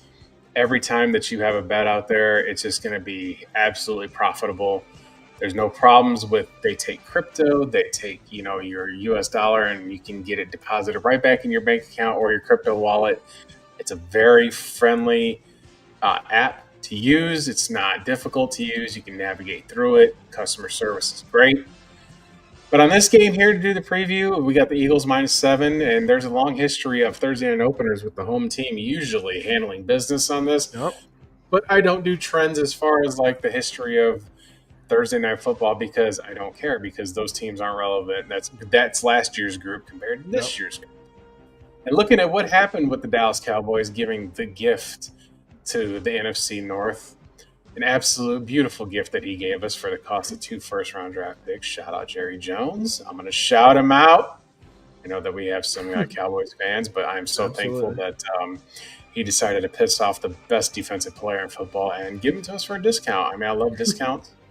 And that's why if you use the code COVER2CASH at Cut, you'll get yourself a nice little bonus over there. You see what I did there? Yes. But like I said earlier, if you were listening earlier, I think that the locker room in Dallas is going to be bummed out. It's going to be really hard for them to get up and to go on the road and face Super Bowl champs. Everybody's mocking the Cowboys. That stuff gets to you. These are still human beings that play this game. I'm pretty sure Dak will be okay psychologically. I think the offense will be okay, but I don't think it's going to be enough to cover. I'll lay the 7 all day long. Give me the Eagles to cover. That will also be my Thursday night free play. If you follow me on Winnable Bets, just check me out on X at Justin Paul Sport. There is no S. And I post free picks all the time. Every time there's football on or college basketball, that's what I do. And I only use Cut for our plays because they're just the best sports book out there. If you're using anything else, you're giving your money away. You're giving your money away. Why would you lay minus 110 when you can lay minus 102? Yeah, I mean, it's $8. 8 cents on your dollar. Would you rather be having that money to bet and win something else, or would you rather give it to the books because of the big, beautiful bill that passed that kind of, they passed that, the books, all the other books, I won't even say their names, are going to pass that on to you. So get with Cut. Whatever you do, you'll always win with Cut. Don't use anybody else. What's your take on this game, Bobby? We're going to get in, if you guys are interested in Cut, it's a very unique app that's out there. We'll talk more in depth about it in just a moment. We have a full demo that we're going to show you guys. But overall, with the Cowboys and Eagles, I think in terms of leadership, because early on in the season, I know preseason, they had 3 weeks of warming up, whatever. Early on in the season, we saw it with college football. There's a ton of mistakes, ton of rust that you got to shake off. I think the Eagles in their offensive game plan is going to be a lot more simplified due to the personnel that's on that Cowboys defensive front. So I think there's going to be a lot less margin for error for the Philadelphia Eagles compared to the Cowboys. The Cowboys offense is going to have a ton more pressure on them due to the talent that's on the other side of the ball. And I think they're going to shoot themselves in the foot with a ton of penalties Thursday. And I think the Cowboys lose by probably 2 touchdowns, maybe 17 total. So yes, I think -7 is a very good advice here. Go ahead and put that play in while you can before the lines change any more than they already have because of the Micah Parsons trade. So yeah, absolutely good advice there. I agree with you 100%. Now we'll give you a little sneak peek of what we're doing next week. So since it's the Thursday game, we do start sits on every single NFL game. Obviously this one's coming to you a little bit earlier because it's Thursday. So next Friday, we'll be covering every other game with this same sort of system. We'll go over the spread. We'll tell you my pick. Sometimes we'll get some Justin picks out of there, some insight from him. And then we'll go over start sits for your fantasy/dynasty football rosters. So let's go ahead and dive into this a little bit. I made these myself, so Justin may not fully agree with these, but I'll give you kind of my takes on this. So Philly at home versus the Cowboys. This is what I think. I think the Philadelphia Eagles are going to punch Dallas in the mouth. That's what I think. I think they're going to lose by multiple touchdowns. So what does that mean? Just if we take simple game script here, that means Dak Prescott's probably going to be throwing 35 plus times this game. And that means beneficial things for both of the Dallas receivers. I think George Pickens eats. I think CeeDee Lamb eats. And I also think A.J. Brown and Devonta Smith eat. I think the corners for Dallas, whether they're fully healthy or not, I think they take a lot of chances. And yes, Jalen Hurts might throw some picks because of that. But they give a lot of cushion for these receivers. And A.J. Brown, you do not want to give cushions to. Same thing with Devonta Smith. They will take the top off the defense and they will score on you. So I like all of the receivers in this game. If you have them, absolutely start them. Saquon Barkley, no brainer, especially with Micah Parsons is gone. He's not the best run defender anyways, but they don't really have much. I know Kenny Clark got picked up, but he has no idea what the defense looks like. He hasn't had a training camp with them, right? So he's kind of like a fresh face in this defense, and I don't know if he's going to be fully ready by Thursday. I mean, they just got him yesterday, and he arrived at the facility today. He arrived at the facility today, so he's got less than a week to learn the defense, all the things like that. I don't know if he's going to be fully able to play Thursday, which means Saquon Barkley's going to eat. He was going to eat anyways. They're going to give him 25 carries. And as long as he stays healthy and barring injury, he's going to be another top 5 dynasty, top 5 fantasy finish for sure. So look for both of these teams to get it done through the air. I think they're just going to score a lot with Philly, so get the skill position players on there if you can. Obviously, those all starts are pretty standard. There's no hidden guys in this offense. I'm not going to give you sleeper starts because that's just bad advice in my opinion. But for the sit side, Javonte Williams, like I said, is going to be a negative game script, I believe. Javonte Williams, Jaden Blue, that's why they're on here. They're not going to get that many carries. Jaden Blue, I don't want to hate on Jaden Blue too much. He was my lowest rated running back out of all of the running backs that were coming out of this class. He was my lowest rated, had some fumbling problems, drop issues, didn't showcase a lot of things in terms of his vision. Just not too big on Jaden Blue. He does get some opportunity in this offense whenever they have some positive game scripts for them. Javonte, kind of same deal. He's not going to get a ton of carries, I don't believe. I think maybe early on, but second half, I think they're going to be playing from behind. And Jaden Blue might get a few, dump offs from Dak Prescott. I think that's his only upside. That's not enough to start him, I don't think. And Jake Ferguson, I know I just said earlier that CeeDee Lamb and George Pickens are automatic starts for me because of the negative game script. I think with the sacks that the Philly's going to be hammering on Dak Prescott or the pressure and the throwaways, I don't think Jake Ferguson's going to be a valid option because I feel like he's more of a short to intermediate type of tight end. And I think they're going to have to be throwing towards the sticks a lot, which means CeeDee Lamb, George Pickens. Those are going to be the guys that are going to get the majority of the targets from Dak Prescott. I could be wrong, but Jake Ferguson feels like a fade for me. He's a fade for me all season, in my opinion, especially since he got paid. There's a trend with guys getting paid and then not showing up. Could happen with Jake Ferguson, fading him this year. Dak Prescott, up next. He's going to throw a lot. I think he's going to make some mistakes because this defensive front is nasty. I think he could throw multiple interceptions. We saw what their last performance was against Patrick Mahomes. Patrick Mahomes, in my opinion, best quarterback in football. They made him make tons of mistakes because of the pressure that they put on him. I love Dak Prescott, not the best under pressure. Doesn't make good decisions under pressure, and I think that's going to get him next Thursday. Then last but not least, Dallas Goedert. Now, this is the one I feel the least strongly about.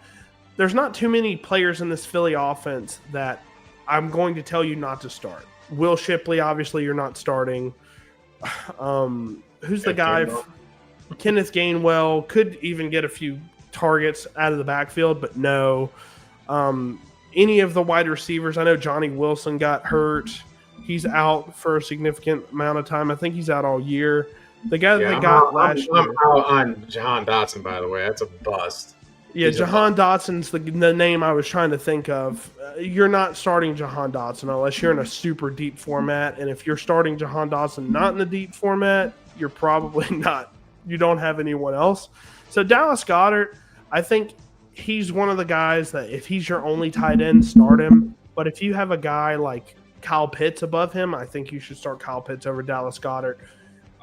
Anybody in that tier, in my opinion. I don't think Dallas Goedert is going to be a consistent option for you in fantasy football this year. But I want to give the floor to Justin real quick. Obviously, I have a lot of the obvious names and some of the not obvious names on this list. But is there anybody else that you can think of on either one of these teams that would be a good start or sit candidate? Maybe Dak. Most of them. I would say maybe Dak because quarterbacks are always a wild card. I don't think that he's the worst. Like I said 2 years ago, he's an MVP candidate, so there may Yeah. be some catch up going on in there. I think that would be maybe one that you'd start. But I would, if I had to start him, I would maybe just wait and see on George Pickens, and he would be the only ones I'd really swap out of there. That's pretty much it. We are 90 minutes in. We have 13 viewers. We just want to thank you. We're just going to kind of keep pressing along. Yeah, absolutely. Let's just head on to our next one. Yep. So actually, excited. I'm actually really excited to go ahead and talk about the NFC West. So one of the next things that I don't think this division is very good. I just don't think this division is very good at all. I think there's a lot of middling teams here. Yeah. And I probably feel good about the under on every single one of these. Just going to get this out of the way now. But I'll go ahead and quickly talk about the Cardinals. 8.5 seems really high for this football team. I know their offense played well last year, but the defense was fairly atrocious. I want to say right now on Sleeper, they're the 32nd ranked offense against the pass. So, yeah, definitely want to start your players if they're any of your skill position players if they're playing against the Cardinals. But, I mean, they have some solid players on offense. Marvin Harrison Jr., I think, is a breakout candidate this year. Trey McBride's obviously amazing. Michael Wilson's a decent too. Kyler Murray is the biggest problem, I think, with this team. He just hasn't shown the ability to stay consistent. He can have a good game here or there, but he can't stay healthy. He stayed healthy last year and was super inconsistent, so he's kind of like a double-edged sword. I think they move on from him after this season if they don't make the playoffs because he just doesn't win football games despite how talented he can be at times.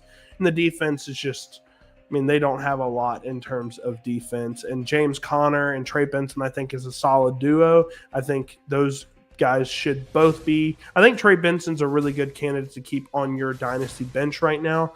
But overall, I think I'm taking the under. I think they win 7 football games, probably max here. How do you feel about the Cardinals?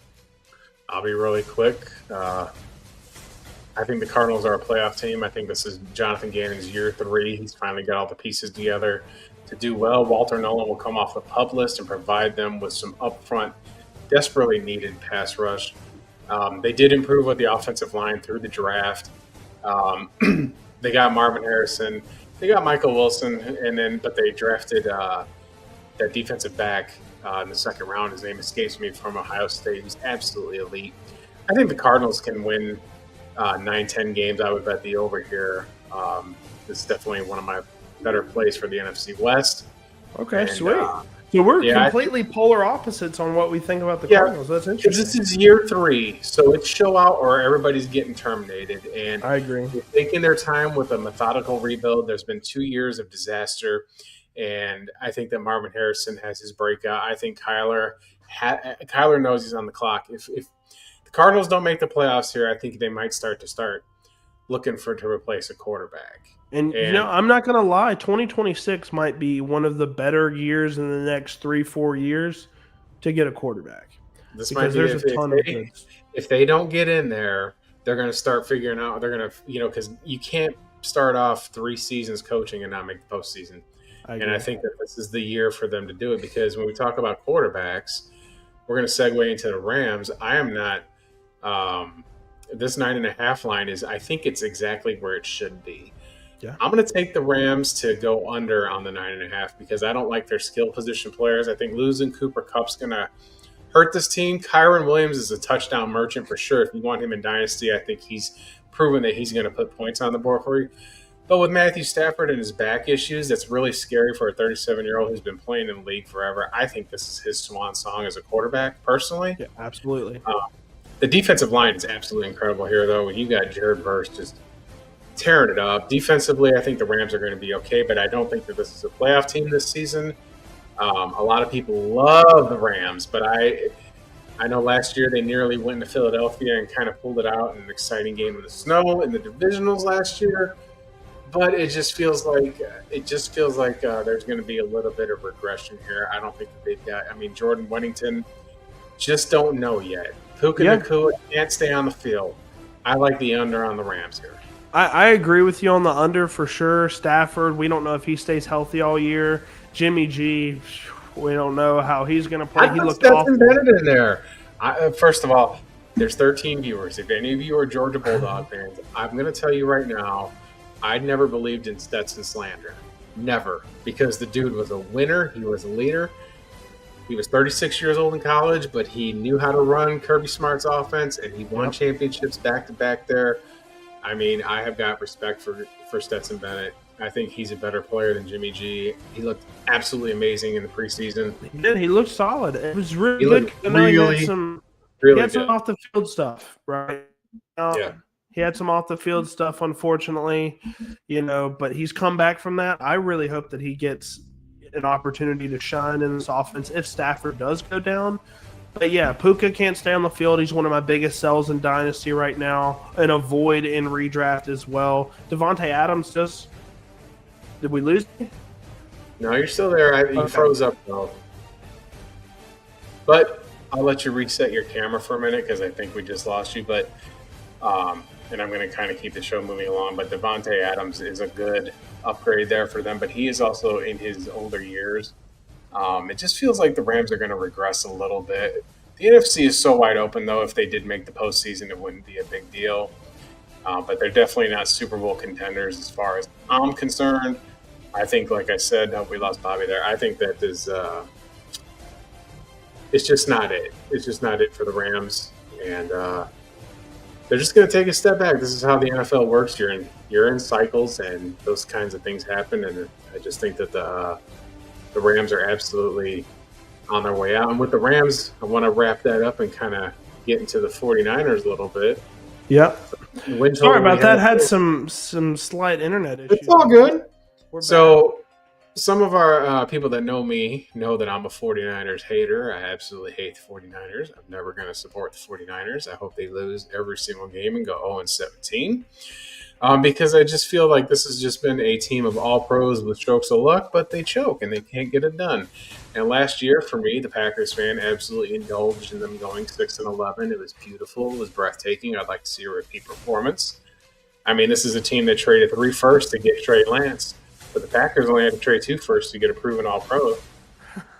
Just want to say that. Just want to put that out there for all you 49ers lovers. I mean, we get it. We get it. You'll get to the Super Bowl and lose. Don't worry. I've seen it before. You haven't won a Super Bowl since Aaron Rodgers started playing football. So, I mean, nonetheless, though, we're doing over-unders, 10.5 as a line because they do have a ton of great players like C-Mac, Kittle.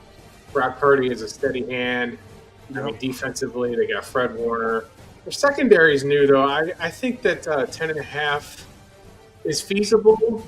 If they didn't hit, I think 10 is the benchmark for this team. But man, they are elderly. Christian McCaffrey and Kittle miss a lot of time all the time. And last year, Brock Purdy kind of showed that if it's just him and he has to carry this football team, it kind of feels like a lost cause. I mean, Trent Williams missed some time last year, and that absolutely is what really did them in. Yeah. If he's in there, they'll have more of a chance. But Jordan Mason played pretty good for them last year when he was getting reps, and then he went down. And Isaac Guerrero, he went down. But they do get Brian Robinson as an insurance policy. And I think he can stay healthy sometimes. But I'm gonna say the under 10. I'm gonna say this is 10. I don't think it's 11. I think they're with all the talent that they have, it's inexcusable for them to have less than 10 wins. I think they are a 10-win football team. I know their schedule is a little bit easy, but Brock Purdy is a question mark for me. I think they're, like you said, they're getting older. C-Mac, we don't know how healthy he's going to be this year, and I think without him, that team really struggles. When 49ers McCaffrey went down, it was really tough. I don't mean to interrupt here, but the 49ers and the Vikings have old rosters. Absolutely. Old, experienced rosters. But the Vikings or the 49ers just have more all-pro players. I agree. But last up in the NFC West, I think sneaky team, Seattle Seahawks. Sam Darnold, I think he's going to struggle. I think the Kevin O'Connell system really helped him out here. I think really helped him out. And I think he's going to struggle with this new offense. I know it's fairly similar, but I think he's going to struggle. They don't have a ton of offensive talent. The running back room, I do love Kenneth Walker. He just can't stay healthy. Love Zach Charbonnet this year as a kind of bench option that can get you some points in fantasy/dynasty. The wide receiver room, I love JSN as like a scam artist type of player in terms of PPR formats, but Cooper Kupp, he can't stay on the field. We'll see how healthy he looks this year. Torrey Horton I loved out of Colorado State, but the defense is just kind of, I mean, it's like a hodgepodge of a bunch of random players, man. I don't know how this team's going to perform defensively. I do think this is a fairly competitive division. I think I take the under, though. 8.5 seems a little ambitious for me. I'm going to take the under for the Seahawks. They've won probably 6 games. So I'm pretty much on par with you, but because the offensive line's a disaster. Sam Darnold had a career resurgence with great offensive protection in Minnesota and better weapons. There's going to be regression here. I think this might be an offensive line so frail that I think Sam Darnold might get injured because of all the abuse he's going to take back there. Kenneth Walker has valgus when he runs. He cannot keep his hamstrings together. But when he's out there, he's amazing. But the offensive line, he can't do it all. It's really going to be the hindrance of this football team. Defensively, they're okay, but there's no elite players on defense that I say would put the fear of God in you if you're playing them. Absolutely. You're going to see a few packages, though. It's kind of exciting. You're going to see Jalen Milroe get some reps. They've already guaranteed that he's going to get some reps in there. So if he were off for 80 yards, it won't be shocking to me who's seen him do that against LSU. Hey, you remember when I said that about Milroe about 4 months ago now? In the National Football League, though, if you pull that kind of stuff off, you're really going to give defensive fits. So you might see a segue. I mean, they signed Darnold to a lot of money, but they should have went out and got some protection. I think it was kind of nonsense for them to get rid of Geno because there are plays that you can see. If you look at all 22 film, you could see Geno just absolutely making plays with no protection. I think that Geno Smith's a better quarterback than Sam Darnold. And quite frankly, I think the Seahawks are in for a rude awakening. And again, as a Packers fan, the 49ers and the Seahawks aren't my favorites. So I will thoroughly enjoy the Arizona Cardinals potentially taking the West Crown. That's a big stretch. That's a bold take, but I've just seen all three of these. I see the Cardinals is the only one going up. The 49ers will if they're healthy, but the other two are regressing. Yeah, absolutely. I am with you on that for sure. But with that, I get to one of my favorite parts of the show. We get to talk about Cut. So on your screen here, guys, Cut, social betting platform. You can use our code COVER2CASH during sign-up. But most importantly, what I want to kind of showcase here is Cut. It is a mobile app, but they do have a web-based version here. And I want to kind of show you guys what Cut's all about. So the premise of Cut and why it's legal in pretty much every single state is because Cut is peer-to-peer betting. So basically, for example, I'll show you guys here real quick. If we go to load some games here, you have a bunch of people taking certain lines. So we'll look at the Texas Longhorns at Ohio State game because I actually have a personal public bet out right now that just got taken a couple of days ago. But basically what you can do is you see people are taking the money line, they're taking the spreads, they're taking the over-unders on the total points. Can you zoom in on that a little bit, Bobby? Can you zoom that in? Yes, I can. I can. Just zoom that in for the folks. There you go. Yeah, that's a little bit better. So, for example, this guy right here is taking the over on the points, which is something I actually like. So I probably wouldn't go bet against this guy. But basically, he's got a $10 bet saying, hey, it's going to be the over. You can take it right now if you want. Same thing with this guy. He's taking the over. This guy's taking Texas money line for 110. So if you high rollers want to come take this guy's money, you definitely can. I think Ohio State comes in here and takes it. Hence why I have a bet. I'll show you guys in just a moment. But there's a ton of bets on here if you guys want to check this out. It's a really easy, free to download app. Easy sign-up process as well. One big thing go back to that for 1 second. Go back to that. No, go back to your bets. This is something, if you're a bettor, that you need to pay attention to. Just pick any of the games. I don't care which one you pick.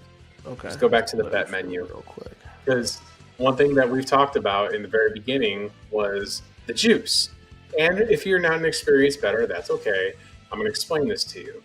So what you do, like Bobby said, you do peer-to-peer betting. You'll find bets online. But let's just look at that Central Michigan game right now. So if you wanted to bet the Chippewas and you see the 14.5, look at the VIG is only minus 104. Yep. If you want to bet the over, it's plus 101. So all the other ridiculous sports books have that probably 14.5. They probably have it at minus 110 or minus 125. Yep. If it's leaning a certain way and they don't want to adjust the lines, it's how these books get you, and we don't want that to happen to you. That's why I love Cut. Yep. They're very fair. It's very fair. The house doesn't take a lot of the juice. I mean, they take some for operating costs, which you see. That's why it's like 104 now. And also, I know we don't do this, but we do sports betting. I do sports betting. We cover sports, but you can bet on politics here. You can bet on – you can create bets. Also, you can put a bet out there. There was a bet. The owner, Sim, put a bet. If you look on the X account, you know what? Can you pull up X? Yes, I can. So we're going to show you something pretty fun that the owner Sim does on X here. And then if you go to Cuts, go to his page, you're going to see something that he put out there. So if you scroll down, oh yeah, Army lost, by the way. So that's so tough. Let's keep going. Let's keep going down. Keep going down. Right. Okay. Right there. Let's go to that. Nope. Go back. I don't know. I can't believe he retreated roll tide really. Right there. Our CEO is betting $5,000 of his own money that Travis Kelce and Taylor Swift don't make it to January 1st. Folks, you can take that bet anywhere else but Cut. Yep. Absolutely amazing. That Sim right there. I mean, what a ridiculous. He put 5 large out there. That's amazing. I didn't see this. I guess I must have missed this tweet. But that's part of the fun with it. Yeah, and like if you have buddies, there's another issue. You can always be like, I bet you $10, $15 this happens, and then y'all end up agreeing to it, and the guy doesn't follow through. Yep. If you put a bet on Cut, guess what? It's going through. So it's live, baby. It's live. And they got blackjack on there too. I didn't know they have blackjack on there, and it's not just football. You can bet. Obviously, you have baseball, golf, soccer, anything. You can literally bet on anything. Politics. You can make custom bets. You can make custom lines, custom stuff. Spreads, whatever you want to do. As long as somebody else wants to place it, they will place it. So, I'm not too big on sponsorships, but this one was so cool of a premise, and it's actually something that's actually like interesting to me. It's a very cool concept, a really innovative concept. That's why this is on the show. I think this is one of the coolest, innovative apps out there. So if you want to download Cut right now, use code COVER2CASH. I'll show you this right now. Use code COVER2CASH in the yellow right now. You will get some. You'll get what do they get, by the way, for signing up? I don't recall, but I know that I think it's a deposit bonus. I just don't have it's a deposit bonus. I want to say it's 25, right? Use the code. It's from us to you, courtesy of Cut. We want you to use Cut. We want you to win your bets. We want you to bet against strangers. We want you to bet against your friends. If you want to bet your wife that, she can't, I don't know, something on her TV shows that you have to watch with her, and you want to bet a different outcome, by God. And I will say this about Cut. This is American product. That's the most important part. South Carolina, USA. It's where Sim's at. He runs Cut. And I'm trying to work with him for a surprise for next week's show, and I will let you guys know on X.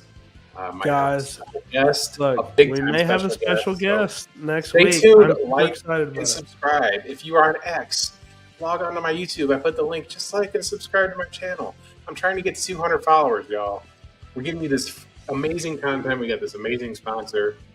But with that being said, we should go segue. We're doing the AFC now.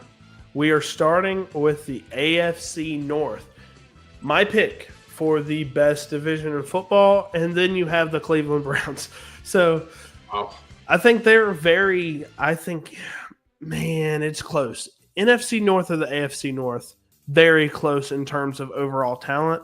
I think the top heaviness of the AFC North might give them the slight edge, but then you have the Cleveland Browns, man. We'll talk about them in a moment. But let's start with the Baltimore Ravens. In my opinion, the most stacked roster from top to bottom in the NFL. They're my favorites to win the Super Bowl, despite what everyone says about Lamar Jackson and everything like that in the playoffs. he's been a choke artist until last year. I don't think that game last year was on him, even though he did throw the pick. I think that game was on Mark Andrews. Okay. I mean, it wasn't on one player, but right. I don't think it was Lamar's fault this time. Sure. And they've added Malachi Starks. They've added Mike Green from Marshall, who's one of my favorite edge rushers in the class. He's a monster. He's a monster. And they got him in the second round. They're similar to the Eagles, where they just keep getting value and I'm like, how are they getting this value? Malachi Starks, whatever you guys want to say about his long speed, whatever, I don't care. Malachi Starks was a top 5 player in the draft for me. I know he plays safety, so you can't take him top 5, obviously, unless you're Caleb Downs. But top 5 player in the draft was Malachi Starks. I think they get a phenomenal player. They were terrible at pass defense at times last year. I think they fixed that up, and I think they win 13 games this year. I'm taking the over. I don't have to talk about the personnel. You already know about Derrick Henry, Lamar Jackson, Zay Flowers. They bring in DeAndre Hopkins.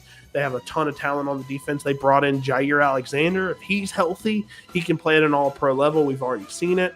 It just has to be healthy. So, yeah, I think 13 wins for the Ravens. They're the team that I'm the highest on in the NFL right now. As a Chiefs fan, I can't be biased. Their roster's just stacked.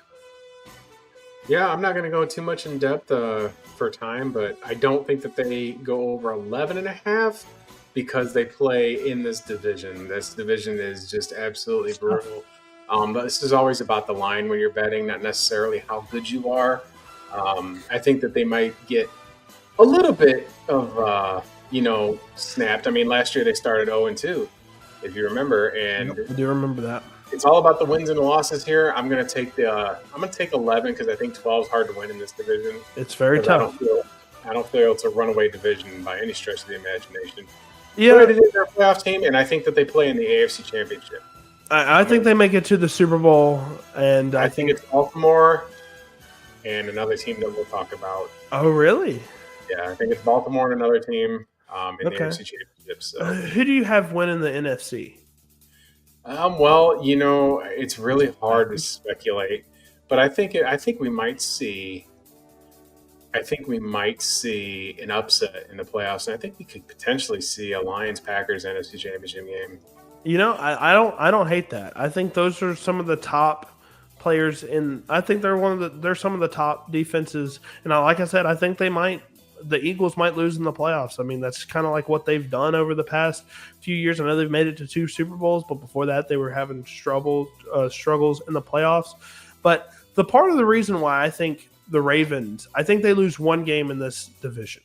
I think they split. I think they split with the Bengals. I think they sweep the Steelers. I think they sweep the Browns. Now the next team, the Steelers, I think it's a clear under for me, 8.5. I do like the roster with what they have with T.J. Watt. They got rid of Micah Fitzpatrick. Pickens. And they got rid of Pickens as well. We have no idea DK is not a guy I genuinely believe in. I think he's a great athlete, but in terms of a wide receiver, his route tree is super limited. And Aaron Rodgers, I just don't think he's the answer. He's looked subpar last year with the Jets. I know his stats were fine.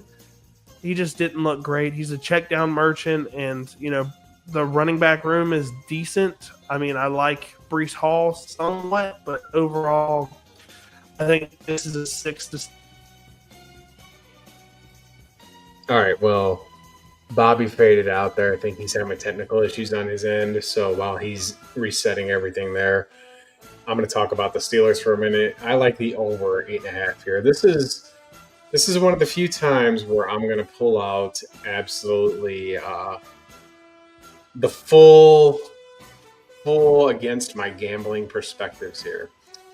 8.5 is basically what the Steelers have been forever. They've just been a nonstop 500 football team and just, squeaking by. They're like the Jeff Fisher Tennessee Titans. They go 7-9, but the Steelers always make the playoffs. That's the kind of the joke there is they're just a little bit hair better, but then they keep falling in the wild card. And I think here with Pittsburgh, you've got a good running back in Caleb Johnson and Jalen Warren. I think the Steelers running backs are going to be okay. I don't think they're going to have any problems running the football.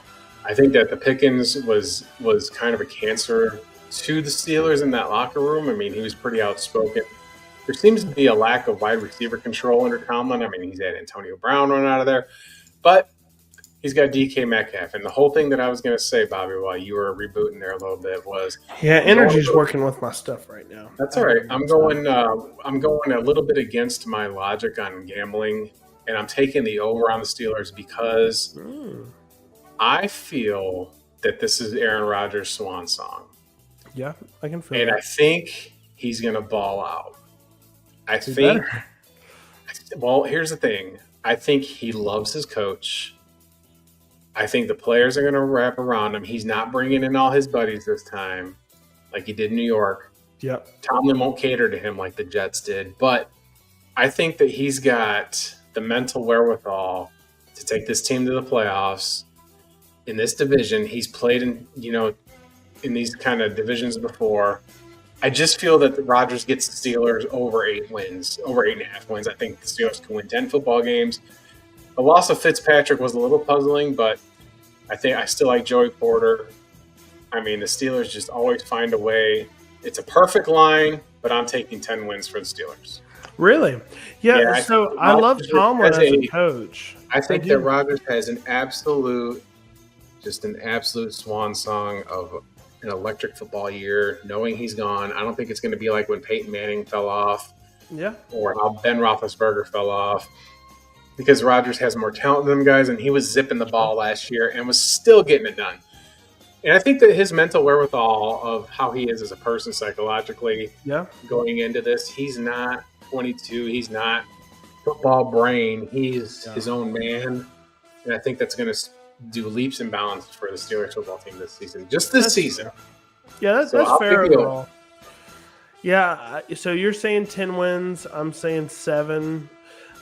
I mean, I definitely see a 10-win season. Tomlin's a good enough coach to make that happen. I think we're a little bit on polar ends here about Aaron Rodgers, I believe. So, yeah, I mean, Aaron Rodgers, he shows in the past like I said, has the talent to be a top 5 quarterback. I said I was going against my gambling instincts on this. Yeah. And there are times when you do that. You can't just be fully analytical. You've got to take in every aspect of the game. I think that he's going to absolutely just have a great season. I think he's going to throw for 4,000 and just absolutely do it. I just think that he's going to go out on his terms. That would be a good end of his story for sure, because we know this is his last year. He's already pretty much said this is it, right? But moving on to possibly the worst roster in football, the Cleveland Browns. Over under 4.5. I think this is the lowest line of any team in the NFL right now. Yeah. I think it's an over. I think the defensive side of the ball is decent enough to Denzel Ward, Myles Garrett. You've got some other players. They know that they're bad. They're going to play past that. I think that they can win 5 games. It's just hard. It's any given Sunday. They say that for a reason. Yeah. Any team can win any given Sunday. I just have a hard time believing that a team can only win 4 games consistently. Right. The quarterback situation is very horrible.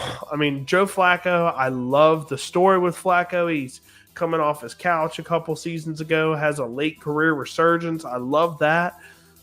I mean, you look at what he does. He can flame out in games sometimes. He can just flame out and throw a bunch of picks. He can Jameis it out for sure. You have Dylan Gabriel, who I think is probably the most talented quarterback on this roster. I think he'll start a lot of games this year. Shedeur Sanders, I'm not a big fan of, but I think he'll get some starts this year. So we're going to have basically a QB carousel this year, in my opinion. Judkin's situation, I think the NFL should finish their investigation in the next couple of weeks, I hope. And once they do that, I think Judkins will be signed just like that, because they have no problem with signing him. They're just waiting for the investigation to be over just so they can see how many games he's going to be suspended, etc. Because they just signed Isaiah Bond, who had his own issues. They signed him as soon as his stuff was, dropped. So with the Browns, I think they have just enough talent with Jerry Jeudy, the offensive lines. I think this is just an okay roster. even though it's probably down there towards the bottom, I think they have just enough to squeak by maybe 5 or 6 wins. But I mean, I could see the under here. How do you feel about the 4.5 line? Because I think that's really low, regardless of what team it is. Well, I think that's a gross overreaction to the circus with what's going on with this team. But I'm going to go to bat for Cleveland here. 2 years ago, Joe Flacco took this team to the playoffs. I think that the defense is great. They're great. I don't think that they're mid. I think that they're going to keep them in football games. I like Jerome Ford. We're going to see what they could do with Dylan Sampson. But I'm intrigued because I'm betting the over regardless of what I'm about to say. You got to. Over 4.5. Yes, I don't think that they're that bad of a roster. But, I mean, they got Njoku. They got Harold Fannin. I love Harold Fannin. They got Mason Graham to go with Myles Garrett. People forget that they drafted him. Yep. I mean, so I think that the Browns defense is good enough to keep them in football games, and I think that they're going to win 6 or 7 of them. Really, I think 6 or 7 is realistic for this team. I think that's realistic too. So I'm going to throw another bold take on this conference and this division because I don't normally do this kind of stuff, and this isn't a betting thing. This is a hypothetical. I would bet over regardless of what I'm about to say. I got to be very clear. Yeah. I think we're going to see some crazy shit with Deshaun Watson. You know, people aren't really talking about him. Hold on. Just hear me out on this. This is different. I think that he has bottomed out with that Achilles tear.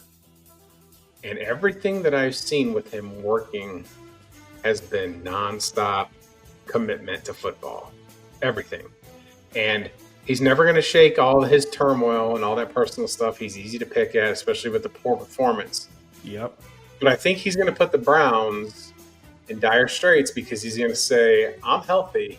You're either going to pay me, you're either going to cut me and pay me, or I'm ready to go on the field. What are you going to do? And I think that the Browns are going to put him on the field because I think he's better than every quarterback on that roster. I agree.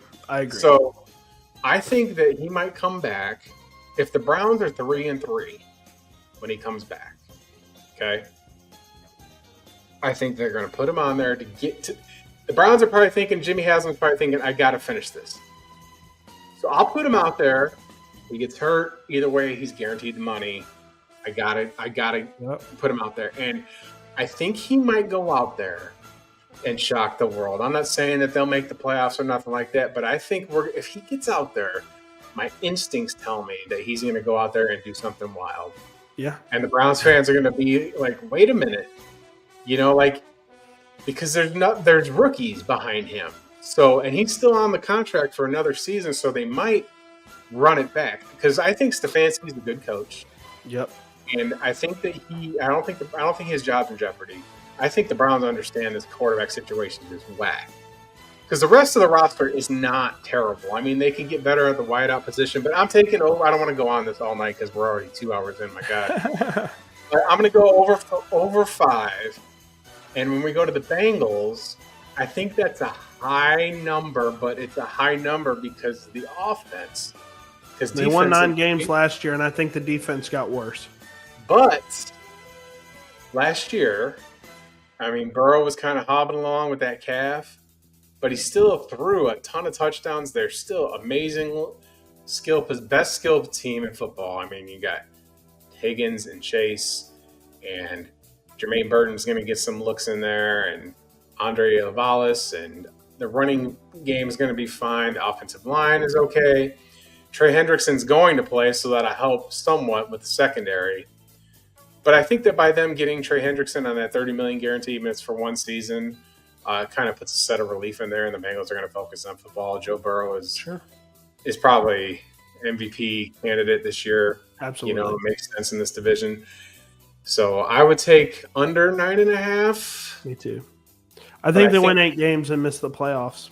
Well, I don't think they're bad enough to miss the playoffs. I think 9 wins might get them in. It could be 9 or 10. Yeah. It's just because the defense is so porous. It's hard. It's gotten worse. I don't like Shamar Stewart. I didn't like what he put. I mean, he put up basically nothing throughout his time at Texas A&M. I like that they signed Trey Hendrickson. That is great for 1 year.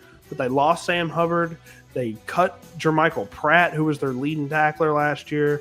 There's like a ton of guys that left this team, a ton of guys that left this defense, and they didn't really do a whole lot to replenish it. I think this defense could possibly be worse. I know they signed the defensive coordinator for Notre Dame as their defensive coordinator, but if you don't have the talent, you don't have the talent. I mean, it just is what it is.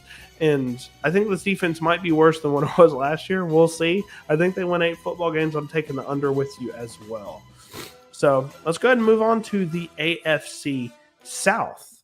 Another one of these divisions where any team can really win this division. I know the Texans are favored to win it. 9.5 seems a little high for me. I know CJ Stroud, coming off his sophomore slump, has a lot more weapons now with Jaden Higgins from Iowa State, which I'm not a big fan of. Jalen Knoll, I like him a lot. Obviously, Nico Collins is great. Joe Mixon's going to be on the IR for the first 4 weeks. He'll probably come back week 6. I know they got Nick Chubb.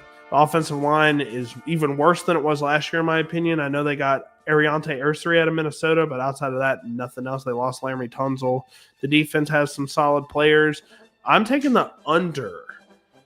I think they win less than 9 games. That might be a hot take, but I like the other 3 teams in this division a lot more. I don't think they finish at the bottom, but I think any one of these other 3 teams can take games off of Houston. I agree with that because the offensive line is in shambles, and Nick Chubb, God bless him, can he be a workhorse? We'll see. I hope so. Their receiving core is like you said, it's Nico Collins, and then it's a whole bunch of guys. Defensively, they do have Derek Stingley. They got Henry To'oTo'o. They got Christian Harris. But up front, I don't think that they're a major threat. Daniel Hunter's an elite player, but that's all you got to account for. Just chip him all day long, as some of our commenters have said. And I think that Jalen Petrie is a good safety, but I think that the Texans are going to regress, and they're going to regret. They need linemen badly, and when you need linemen in a division, like it's just really hard to play the game of football. For me, it's always the quarterback, the offensive line, defensive line. I don't care much about anything else because those other positions, in my opinion, are a lot less of a factor of the football game unless you're superstar elite like Jamar Chase or Randy Moss or something like that. But in this case, I'm going to take the under as well. But as we go to the Jaguars, I like the over here. I love what they got on offense. I like Trevor Lawrence to break out finally. I absolutely like Brian Thomas. They got Travis Hunter. I think Travis Etienne's going to have a bounce-back season. They got Tank Bigsby back there. And it feels like the Jaguars are finally going to have themselves a situation to where they can really put this together. I think Trevor Lawrence is actually kind of on notice. I mean, they signed him to all this money. He's only had 1 playoff appearance. And I think the Jaguars kind of break through and take charge of this division this year. It feels like it's their division to win based on the teams.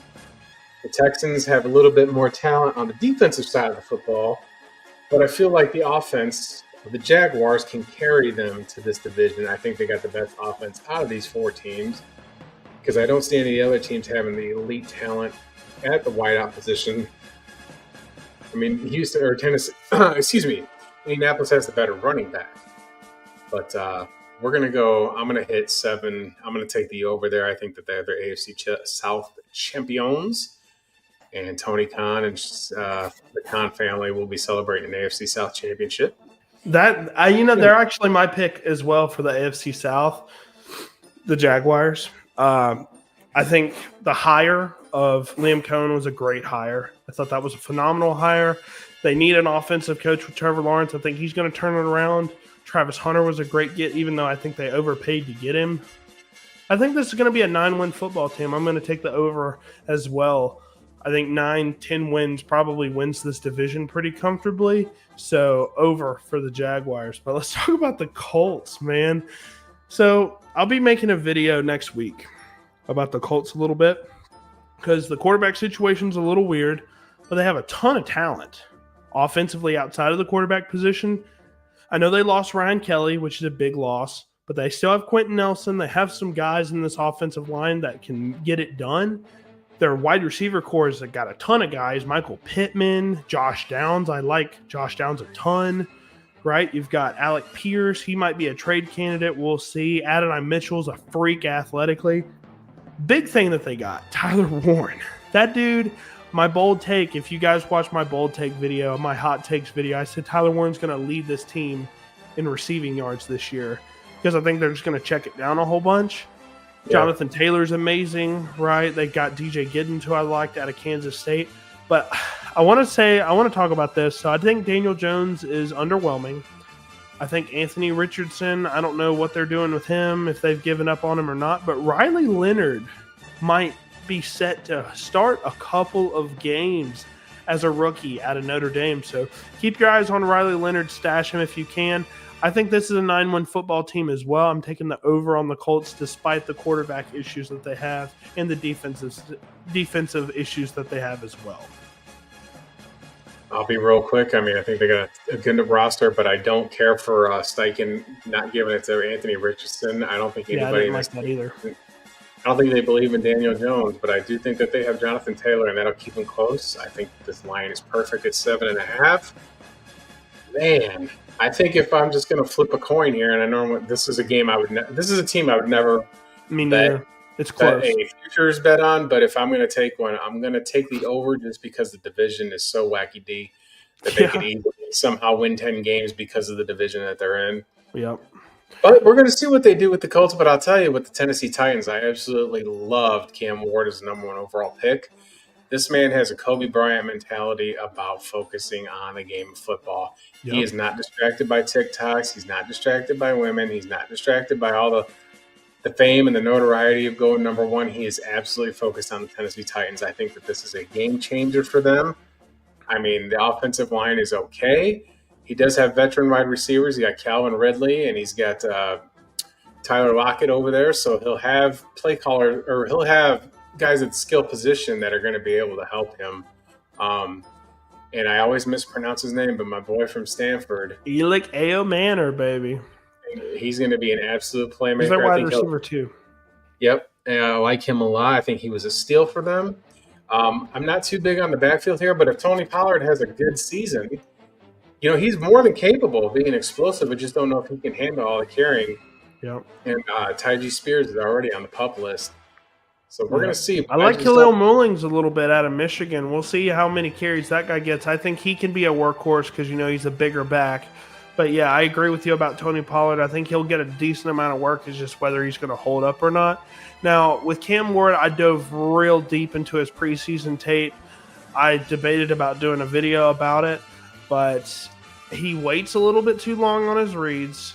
But overall, the throws that he made in the preseason were very impressive. I could only nitpick that he waited on his reads a little bit too much, didn't take the easy stuff when it was there. But outside of that, he's a rookie. You can't nitpick him too much. He's had a phenomenal story. He was a 0-star recruit. Nobody wanted him. Then he goes to Incarnate Word, balls out, goes to Washington State, a Power 5 school, balls out. Then he's the number 1 overall pick. He was a 0-star recruit to number 1 overall pick. Not too many people talk about that, which is weird. I guess people aren't super familiar with his recruiting profile, but he literally went from the bottom of the barrel to the top pick in the draft. That is very commendable. And if you're going to go from that to the first overall pick, you have to have the mindset that you were talking about. And that's very, very important. That means if he does have a subpar rookie season, I think he can bounce back from that fairly easily. So great stuff there. So just for the record, I'm taking the over 5.5.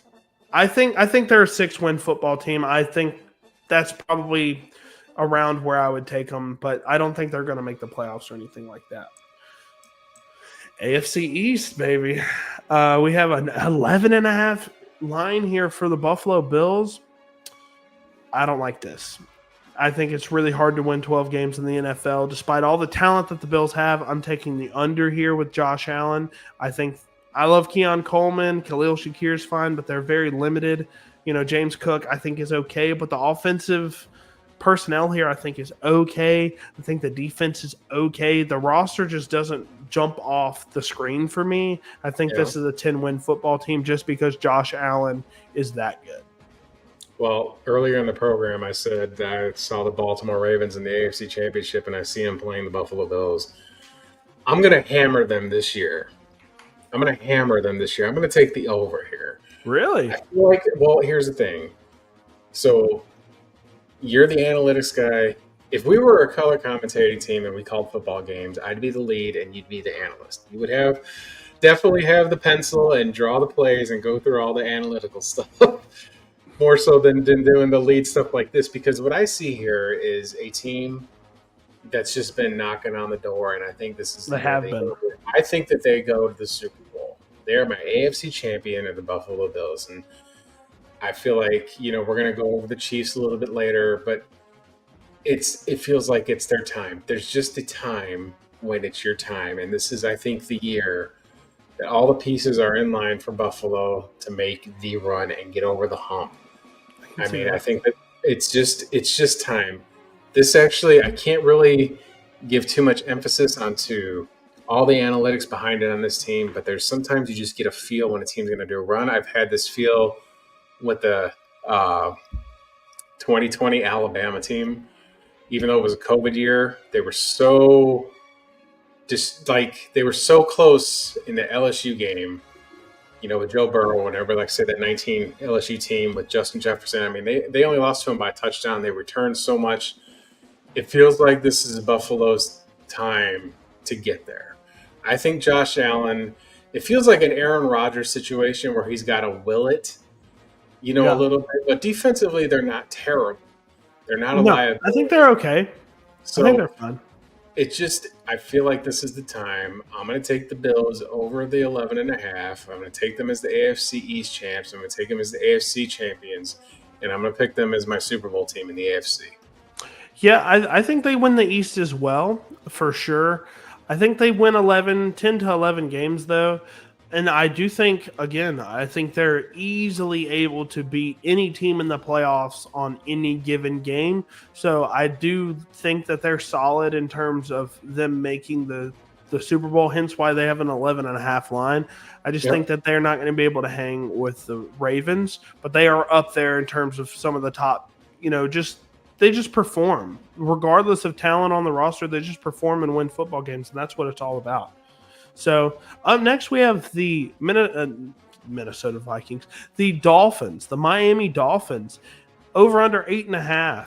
So obviously they have some stars on the offensive side of the ball. 2023 was an historic season. I mean, they put up 70 points at one point, right? And they were a rocket ship on offense. Last year, Tua gets hurt, had some issues.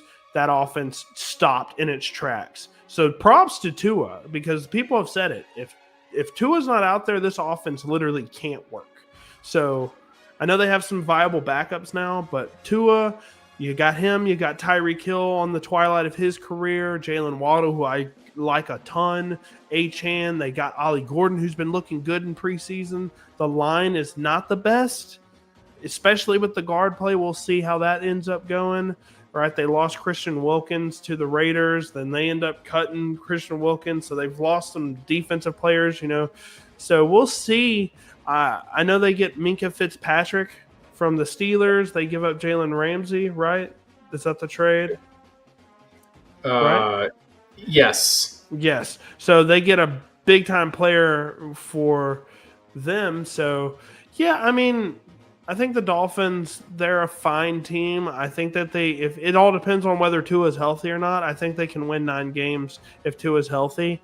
It just all depends. I am not too big on the coach there. I think he's a cool offensive mind, but I don't know how well he can lead a team, hence why when his quarterback went down, it all fell apart. So I think with everything that I'm saying, I think I have to lean the over, but it all falls apart if Tua goes down. So it's all based on the odds there, I think. So on this one here, this is a tale of two cities. And I think that I don't think that this is a 500 football team. This is either 11 wins or 4 wins. Yep. I can't figure out which it is because I think their coach is ridiculous. And the way he handles his football team is unorthodox. Yep. And he's so ho-hum and so shrug about it. And I think that that's your leadership position, and it reflects on your team. Yep. I think either he's going to get these guys to rally around him and ball out. I mean, Tyreek Hill is he's not Antonio Brown crazy, but he's just doing all kinds of dumb stuff, impregnating all these women, and all this off the field stuff affects your football team whether you want him in it or not. Yeah. Now, Devon Achane can't stay healthy. Ollie Gordon is a suitable backup, like you said. But what are they doing at tight end, bringing Darren Waller out of retirement? That was a terrible I do like decision. Jalen Conyers. I know he's on IR, but I like him as a freak athlete at the position. No one's talking about him. He went undrafted, but we'll see. We'll see if anything happens. Darren Waller's weird. I'm going to call this an under. I think it falls falls apart, and I think Mike McDaniel's showing the door. But I don't feel it's middle. I feel it's either I'm right and they can his ass, or they win 11, 12 games because the offense is so explosive that teams have to deal with Tua because obviously he went to Alabama. I'm a Tua defender till the cows come home, but the stats don't lie about his ball placement. He looked placement. great last year when he came back. So he's probably the best anticipatory thrower in the entire NFL. And then when we get to New England, I think this number is a little high for the Patriots. Absolutely. Who is catching the football for this team? It's going to be Stephon Diggs, Kayshon Boutte, Kyle Williams. I love Kyle Williams a lot. Pop Douglas is cool. Yeah, it's weird. I don't know anybody on the defense. Can you name one player outside of Jabril Peppers for this Patriots defense? I can't. Well, they just cut him today. They cut Jabril Peppers today? I did not see that. That's tough. Yeah. They have Devon Godshaw, I think.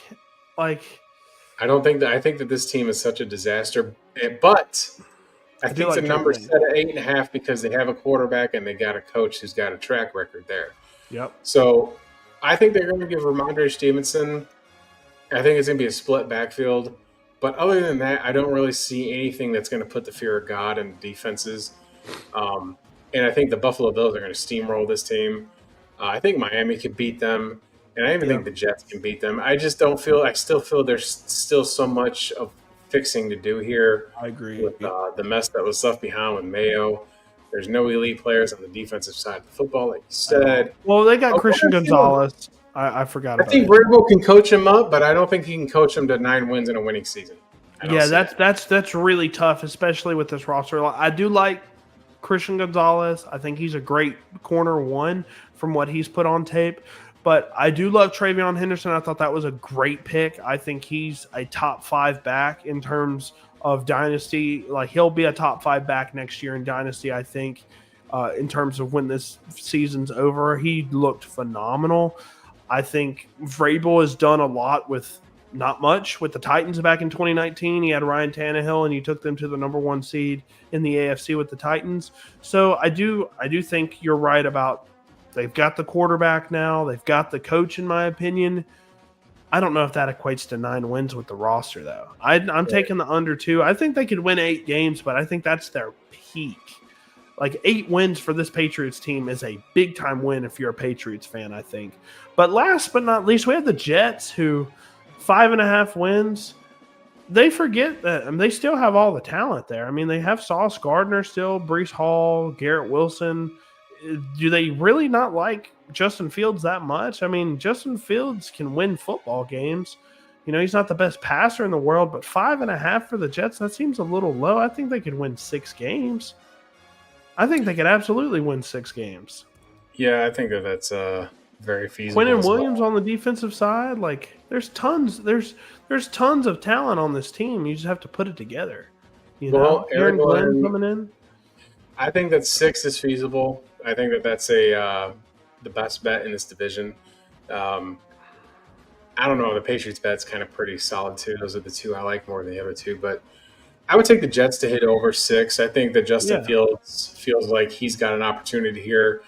And when he was doing it in Pittsburgh, they were still winning football games because of his legs. But, man, that guy's having a really hard time getting it together. I don't think it's a long-term solution.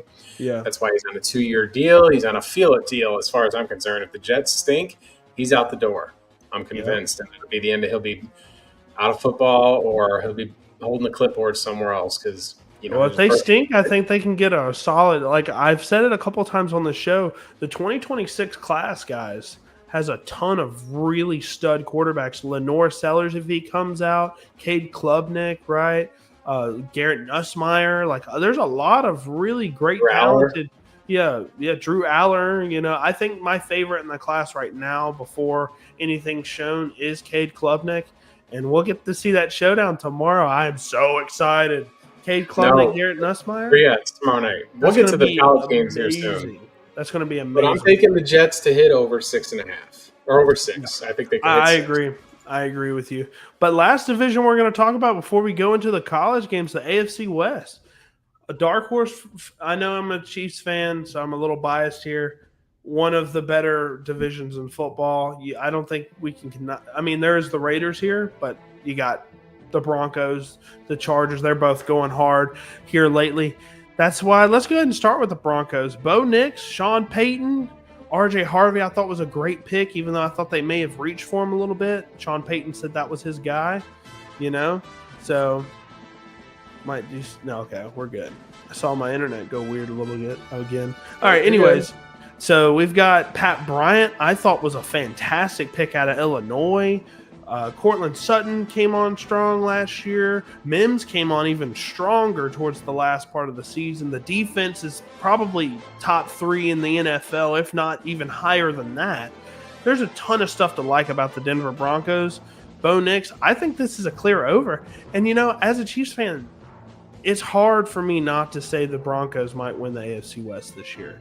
They're that good of a football roster. I think they have a ton of talent all over the place. They didn't lose a ton either.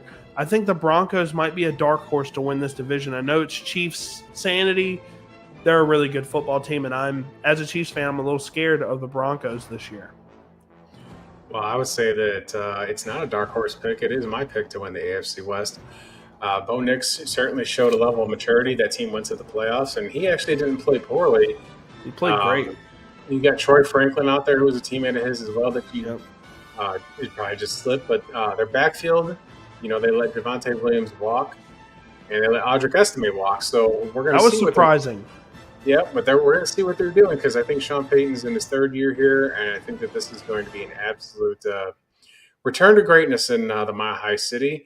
Yeah, I mean, defensively, they got Pat Surtain, who's just probably the best corner. He's probably the best corner in the league. Yeah, I can't think of a corner. Overall, he is better than Sauce. He's better than them other guys. I think he's CB1.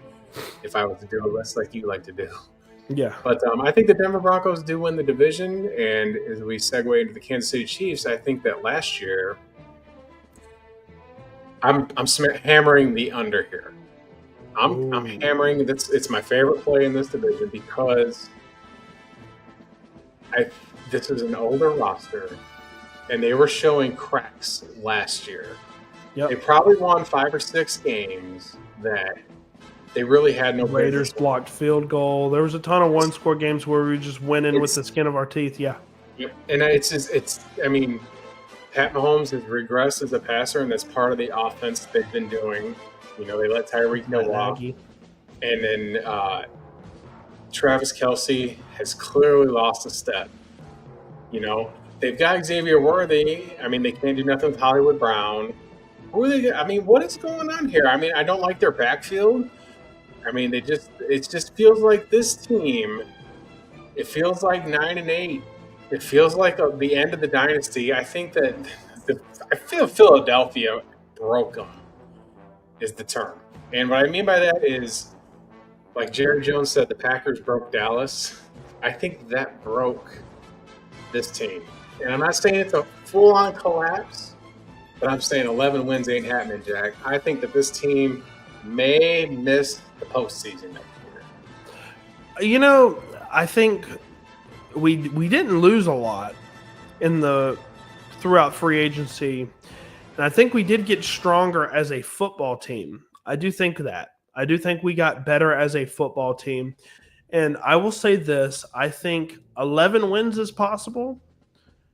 I think that's 10, 11 wins. I think we will make the playoffs. I don't see a world where we're going to just go from the Super Bowl to missing the playoffs. Going to the Super Bowl 3 straight years, being in the AFC Championship every single year. I do think we're probably a divisional exit, if not a wild card exit.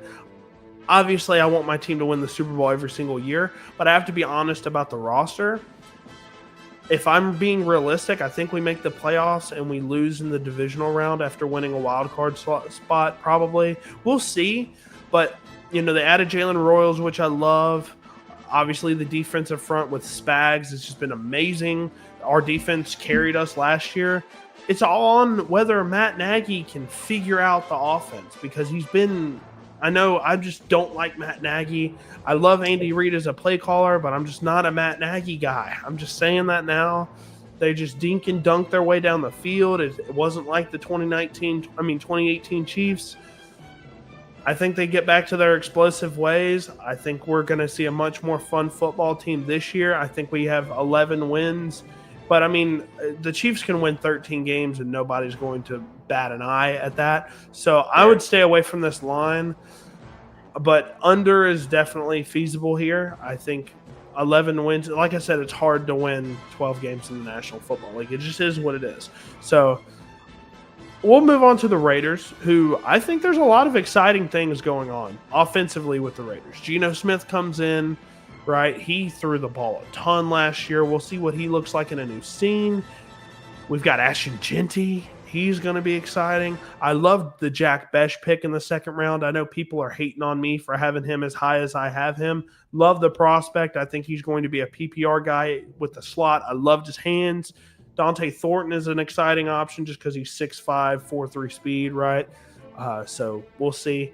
Nick Harbour is probably going to be the next guy to run 4.3 sub 6'5". We'll see that next year at the Combine, so be excited for that.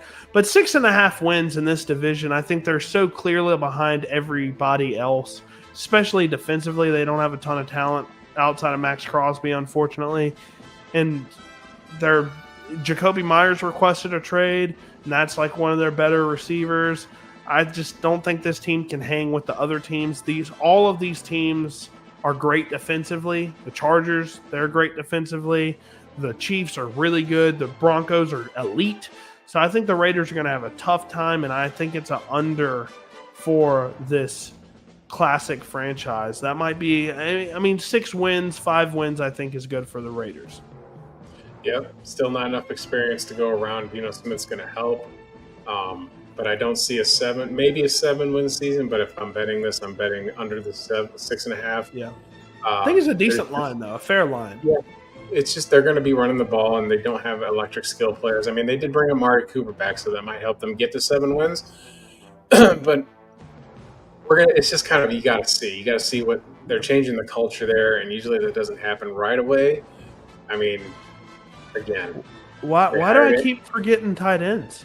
They have the best tight end in football in Brock Bowers. They do, but it's just I feel like that this is like the perfect number for this team, because I think it's a 6 or 7 win football team. It wouldn't be a line that I would be comfortable betting, but I feel like it's going to lean towards the under. Yep. So if I had to, bullet to my head, I'm taking the Raiders under 6.5, but I'm definitely talking about the LA Chargers, and I'm definitely taking the under on the 9.5 here. I'm not a Herbert guy. Dude I'm tired of hearing about it. You got to go out. You haven't had a dominant season yet. You've had all these weapons around you. You've had Eckler. You've had this. You've had that. And you just don't get the job done. In the playoffs, I'll agree. But he did have a 5,000-yard season. They brought Keenan Allen back. Quentin Johnson can't hold on to the football. That's true. I'm not terrified of their – Amari Hampton – I think the Chargers overachieved last year. That's what I'm going to say, because I didn't think they were good last year. I'm taking a little bit of regression on Harbaugh. I could see why people would hammer the over here, but I think that there's going to be something that goes on. Just come on, man. Like, every time with this team, there's always some kind of nonsense that happens. Feels like, it's going to be the Omari Hampton show, and the Najee Harris show. I think they're going to be running them into the ground this year. I don't know if you can do that in this day and age with football and how teams are built. 9-18. I think that's fair. I think the Chargers would be fine with that. I know some Chargers fans are like, we're going to win the AFC West. I know some people like that as a pick, but against the Broncos and the Chiefs, I think they're third place in this division. I really think so. So, yeah, I love Rashawn Slater's out. That's a huge hit. I know we didn't talk about that, but Rashawn Slater's out for the whole year. He's done. That's a big loss. I love the Joe Alt pick. That's such a Harbaugh pick, but he's great. He looked great last year. I think they do the duo. They run them into the ground. And Herbert, I think, is good. I think he's a top 8 quarterback. He just, once you get the playoffs, I don't know what happens with Herbert. He just can't get it done.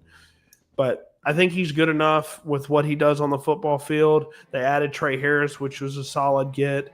The defense definitely lost a few. I know they lost Joey Bosa in the offseason, so we'll see. I definitely think they could be a 10-win team, but this is a line I'm staying away from completely. If I had to bet my life on it, I'd probably bet the under also.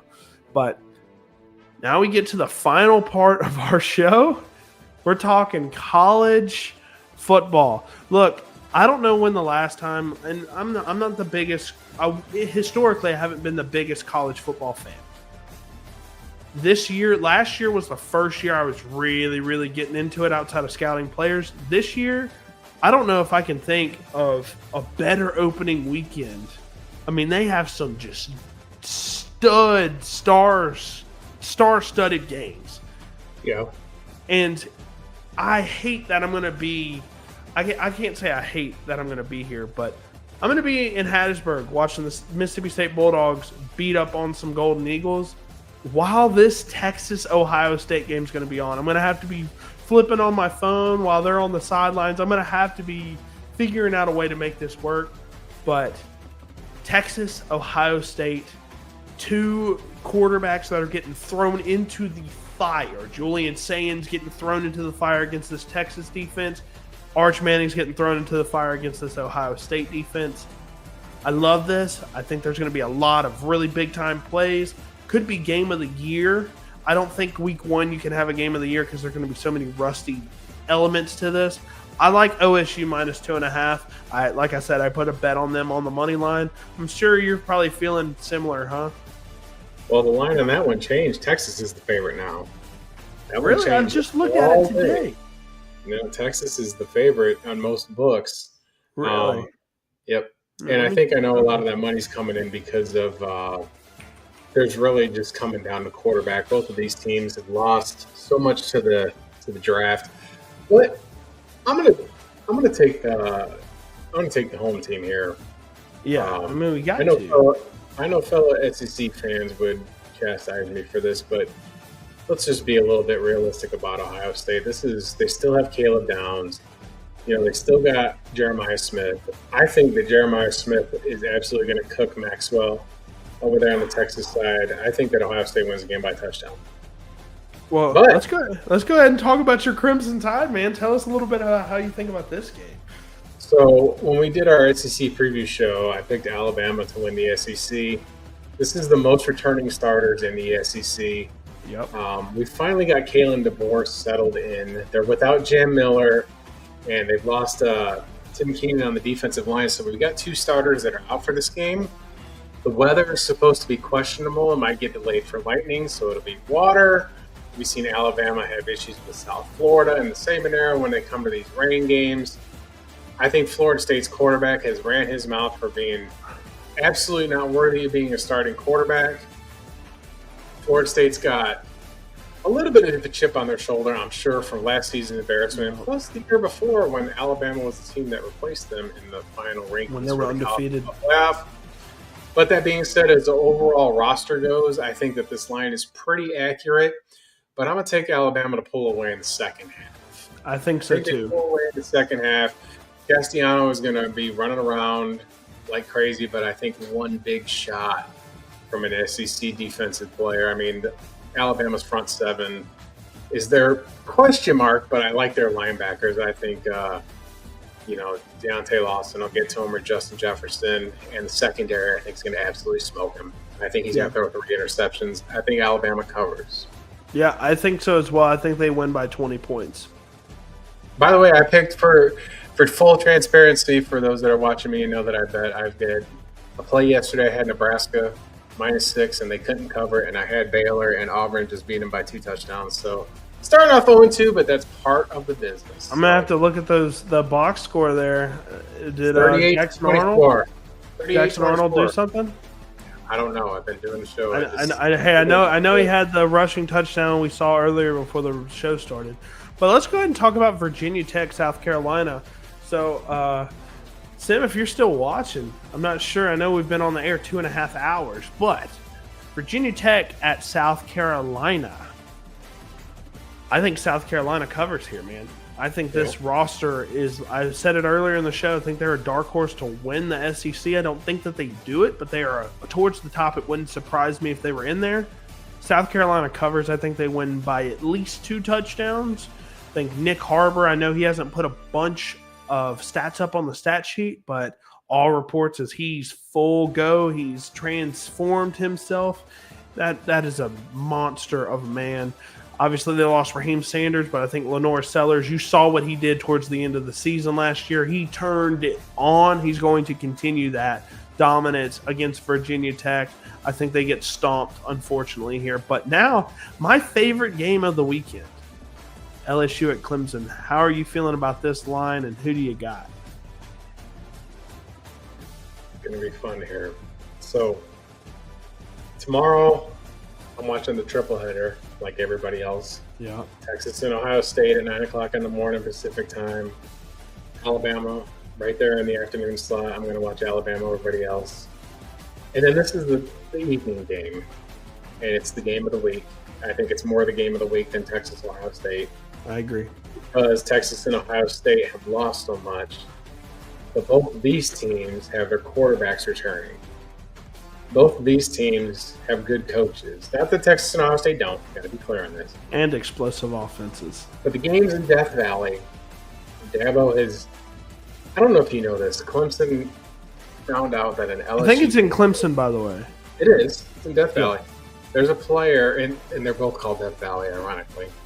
But LSU had a transfer come play for them, right? It turns out in the bowl game last year, he got into a fight, so he got suspended. He got thrown out of the game. If you get thrown out of a bowl game and you come back the next season, you're suspended for the first half of the game. Somehow, somebody on Clemson found this out and reported it to the conference, and he's suspended. I'm going to break the trend here. I think that Brian Kelly gets this 0 for 1 off his back. I think so too. I think Garrett Nussmeier goes there, and LSU is sick of the bullshit, and they're sick of the nonsense, and I think that they knock Clemson off at home. I think that they're outright winners. I'm playing the money line on this one. I like LSU to win the game outright, period. They're going to give it to Dabo. I think Clemson's rated too high at 4. I would have had them more like 8 or 9. But Cade Klubnik is a great player, and there's no doubt, and Dabo's had this team before. But I think that LSU's got the horses to take this game over. I think that Nussmeier's on a mission. I just feel that the embarrassment of the last few season openers, especially last year, had enough. They got embarrassed in the Alabama game, and I think that they're going to go into Clemson and beat them by 4. I think they win the game. Great game. I probably stay away from this line, not going to lie. I think LSU does win the game, but I can't deny Clemson has one of the best rosters in the entire nation right now. I think I have LSU and Penn State in the national championship, and I have Penn State beating LSU. But I think this game's won by a field goal at the last second. So for me, I'm staying away from this line. I think it's a 3-point game, and I think this line is exactly where it needs to be. But we'll move on. Hold on. If it's a 3-point game there, then you're going to want to take the points. So you would want to play LSU. You'd want to get LSU, right? So no, yeah. If you're saying I'm sorry, I have it backwards. Yes, I think LSU wins this game. Yes, so I would take LSU. My bad. I read the line backwards. But even I'm a little still, tired, man. It's okay. Even if you took Clemson to win by a field goal, you'd still want that hook. Correct. That's what I'm saying. Yeah. So yeah, I think LSU wins this game by a field goal. But now we'll move on to a peculiar. This is a 2 unranked teams. So interesting. It's the Monday game, but TCU at North Carolina and Chapel Hill. I'm picking this game because of the Bill Belichick thing. Bill Belichick is in North Carolina. They Chapel Bill.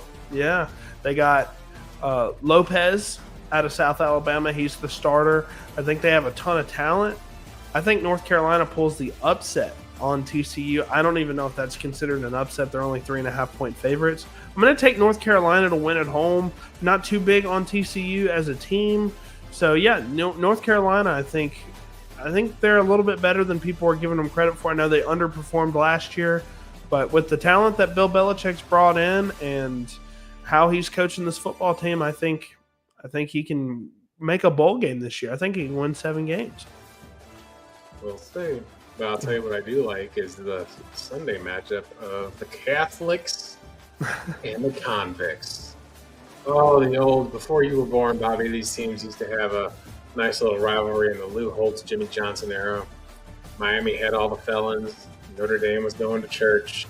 We're a long ways removed from that. I think that Notre Dame, yeah. We haven't seen a lot of issues out of here. Road game for Notre Dame, but another underdog special here. I like Miami to win the game outright. Me too. Carson Beck is better than whatever Notre Dame has at quarterback. I think he's got something to prove here. Riley Leonard is gone, and I do think that Coach Freeman is an outstanding hire for the Irish. Let's not misconstrue that at all. Yeah.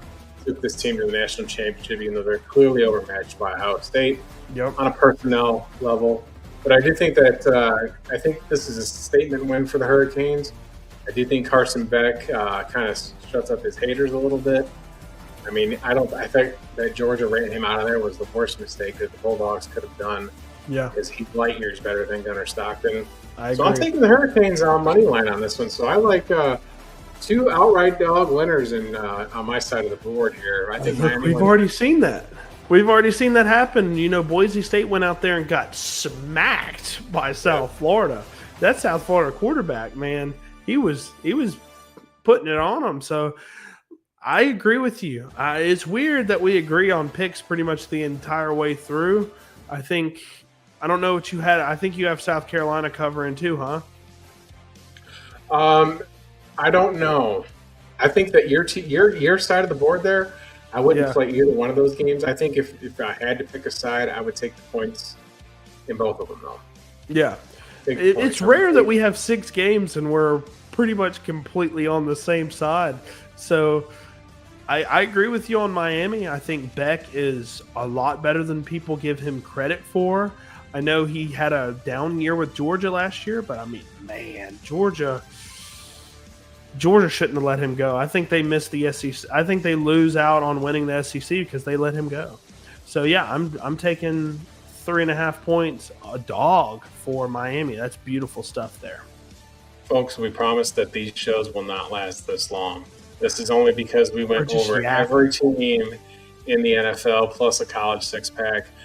Starting next week, we're going to go over the games and the fantasy stuff. It should not take too. I mean, this has been a long time for us as well. Bobby, anything you want to plug? I plugged everything at the beginning of the show, but guys, if you're getting ready for your dynasty rosters and fantasy football rosters, you want insight on the rookies, you want to know who to start or sit, you'll see that every Friday on the show, and you'll see it every Monday on my channel as well. I'll be going over each week as well. On Mondays, we'll be talking about how everybody did. We'll have a weekly recap of all the games. So if you guys are interested in that, go check it out. And obviously, when you're doing anything sports betting related, Justin's got you covered every single day with a pick. And then if you want some other picks, you want to make some money, he's got a winnable out there. So, and you got to go out there and cut and make your bets. That's absolutely. Hold them to the fire. Oh, you want to bet me? Well, let's just make sure you don't mess around because Cut has been an absolutely great sponsor. We're looking forward to working with them all season long. We need you to sign up and use the code COVER2CASH. I've got nothing to promote except I hope everyone that watches has enjoyed. I've gotten a few messages about my Baylor take tonight from Auburn fans who absolutely just want to give it to me. And you just got to take that when you're a capper. Doesn't mean you don't know ball. It's first week of the season. But we're going to see how if Auburn can keep that up. I mean, it's a big win for them on the road out there in Waco. So good for Auburn. And we're going to have, like you said, college football all day tomorrow. and there's college football on Saturday, on Sunday, and on Monday. And then there'll be the NFL opening week next Thursday. We've already made our pick. We both like Philadelphia to cover -7. And next Friday, we will be back at 9 p.m. Eastern to go over all the Week 1 games. My favorite game is going to be the Packers hosting the Detroit Lions, as I hope Micah Parsons absolutely just destroys Jared Goff.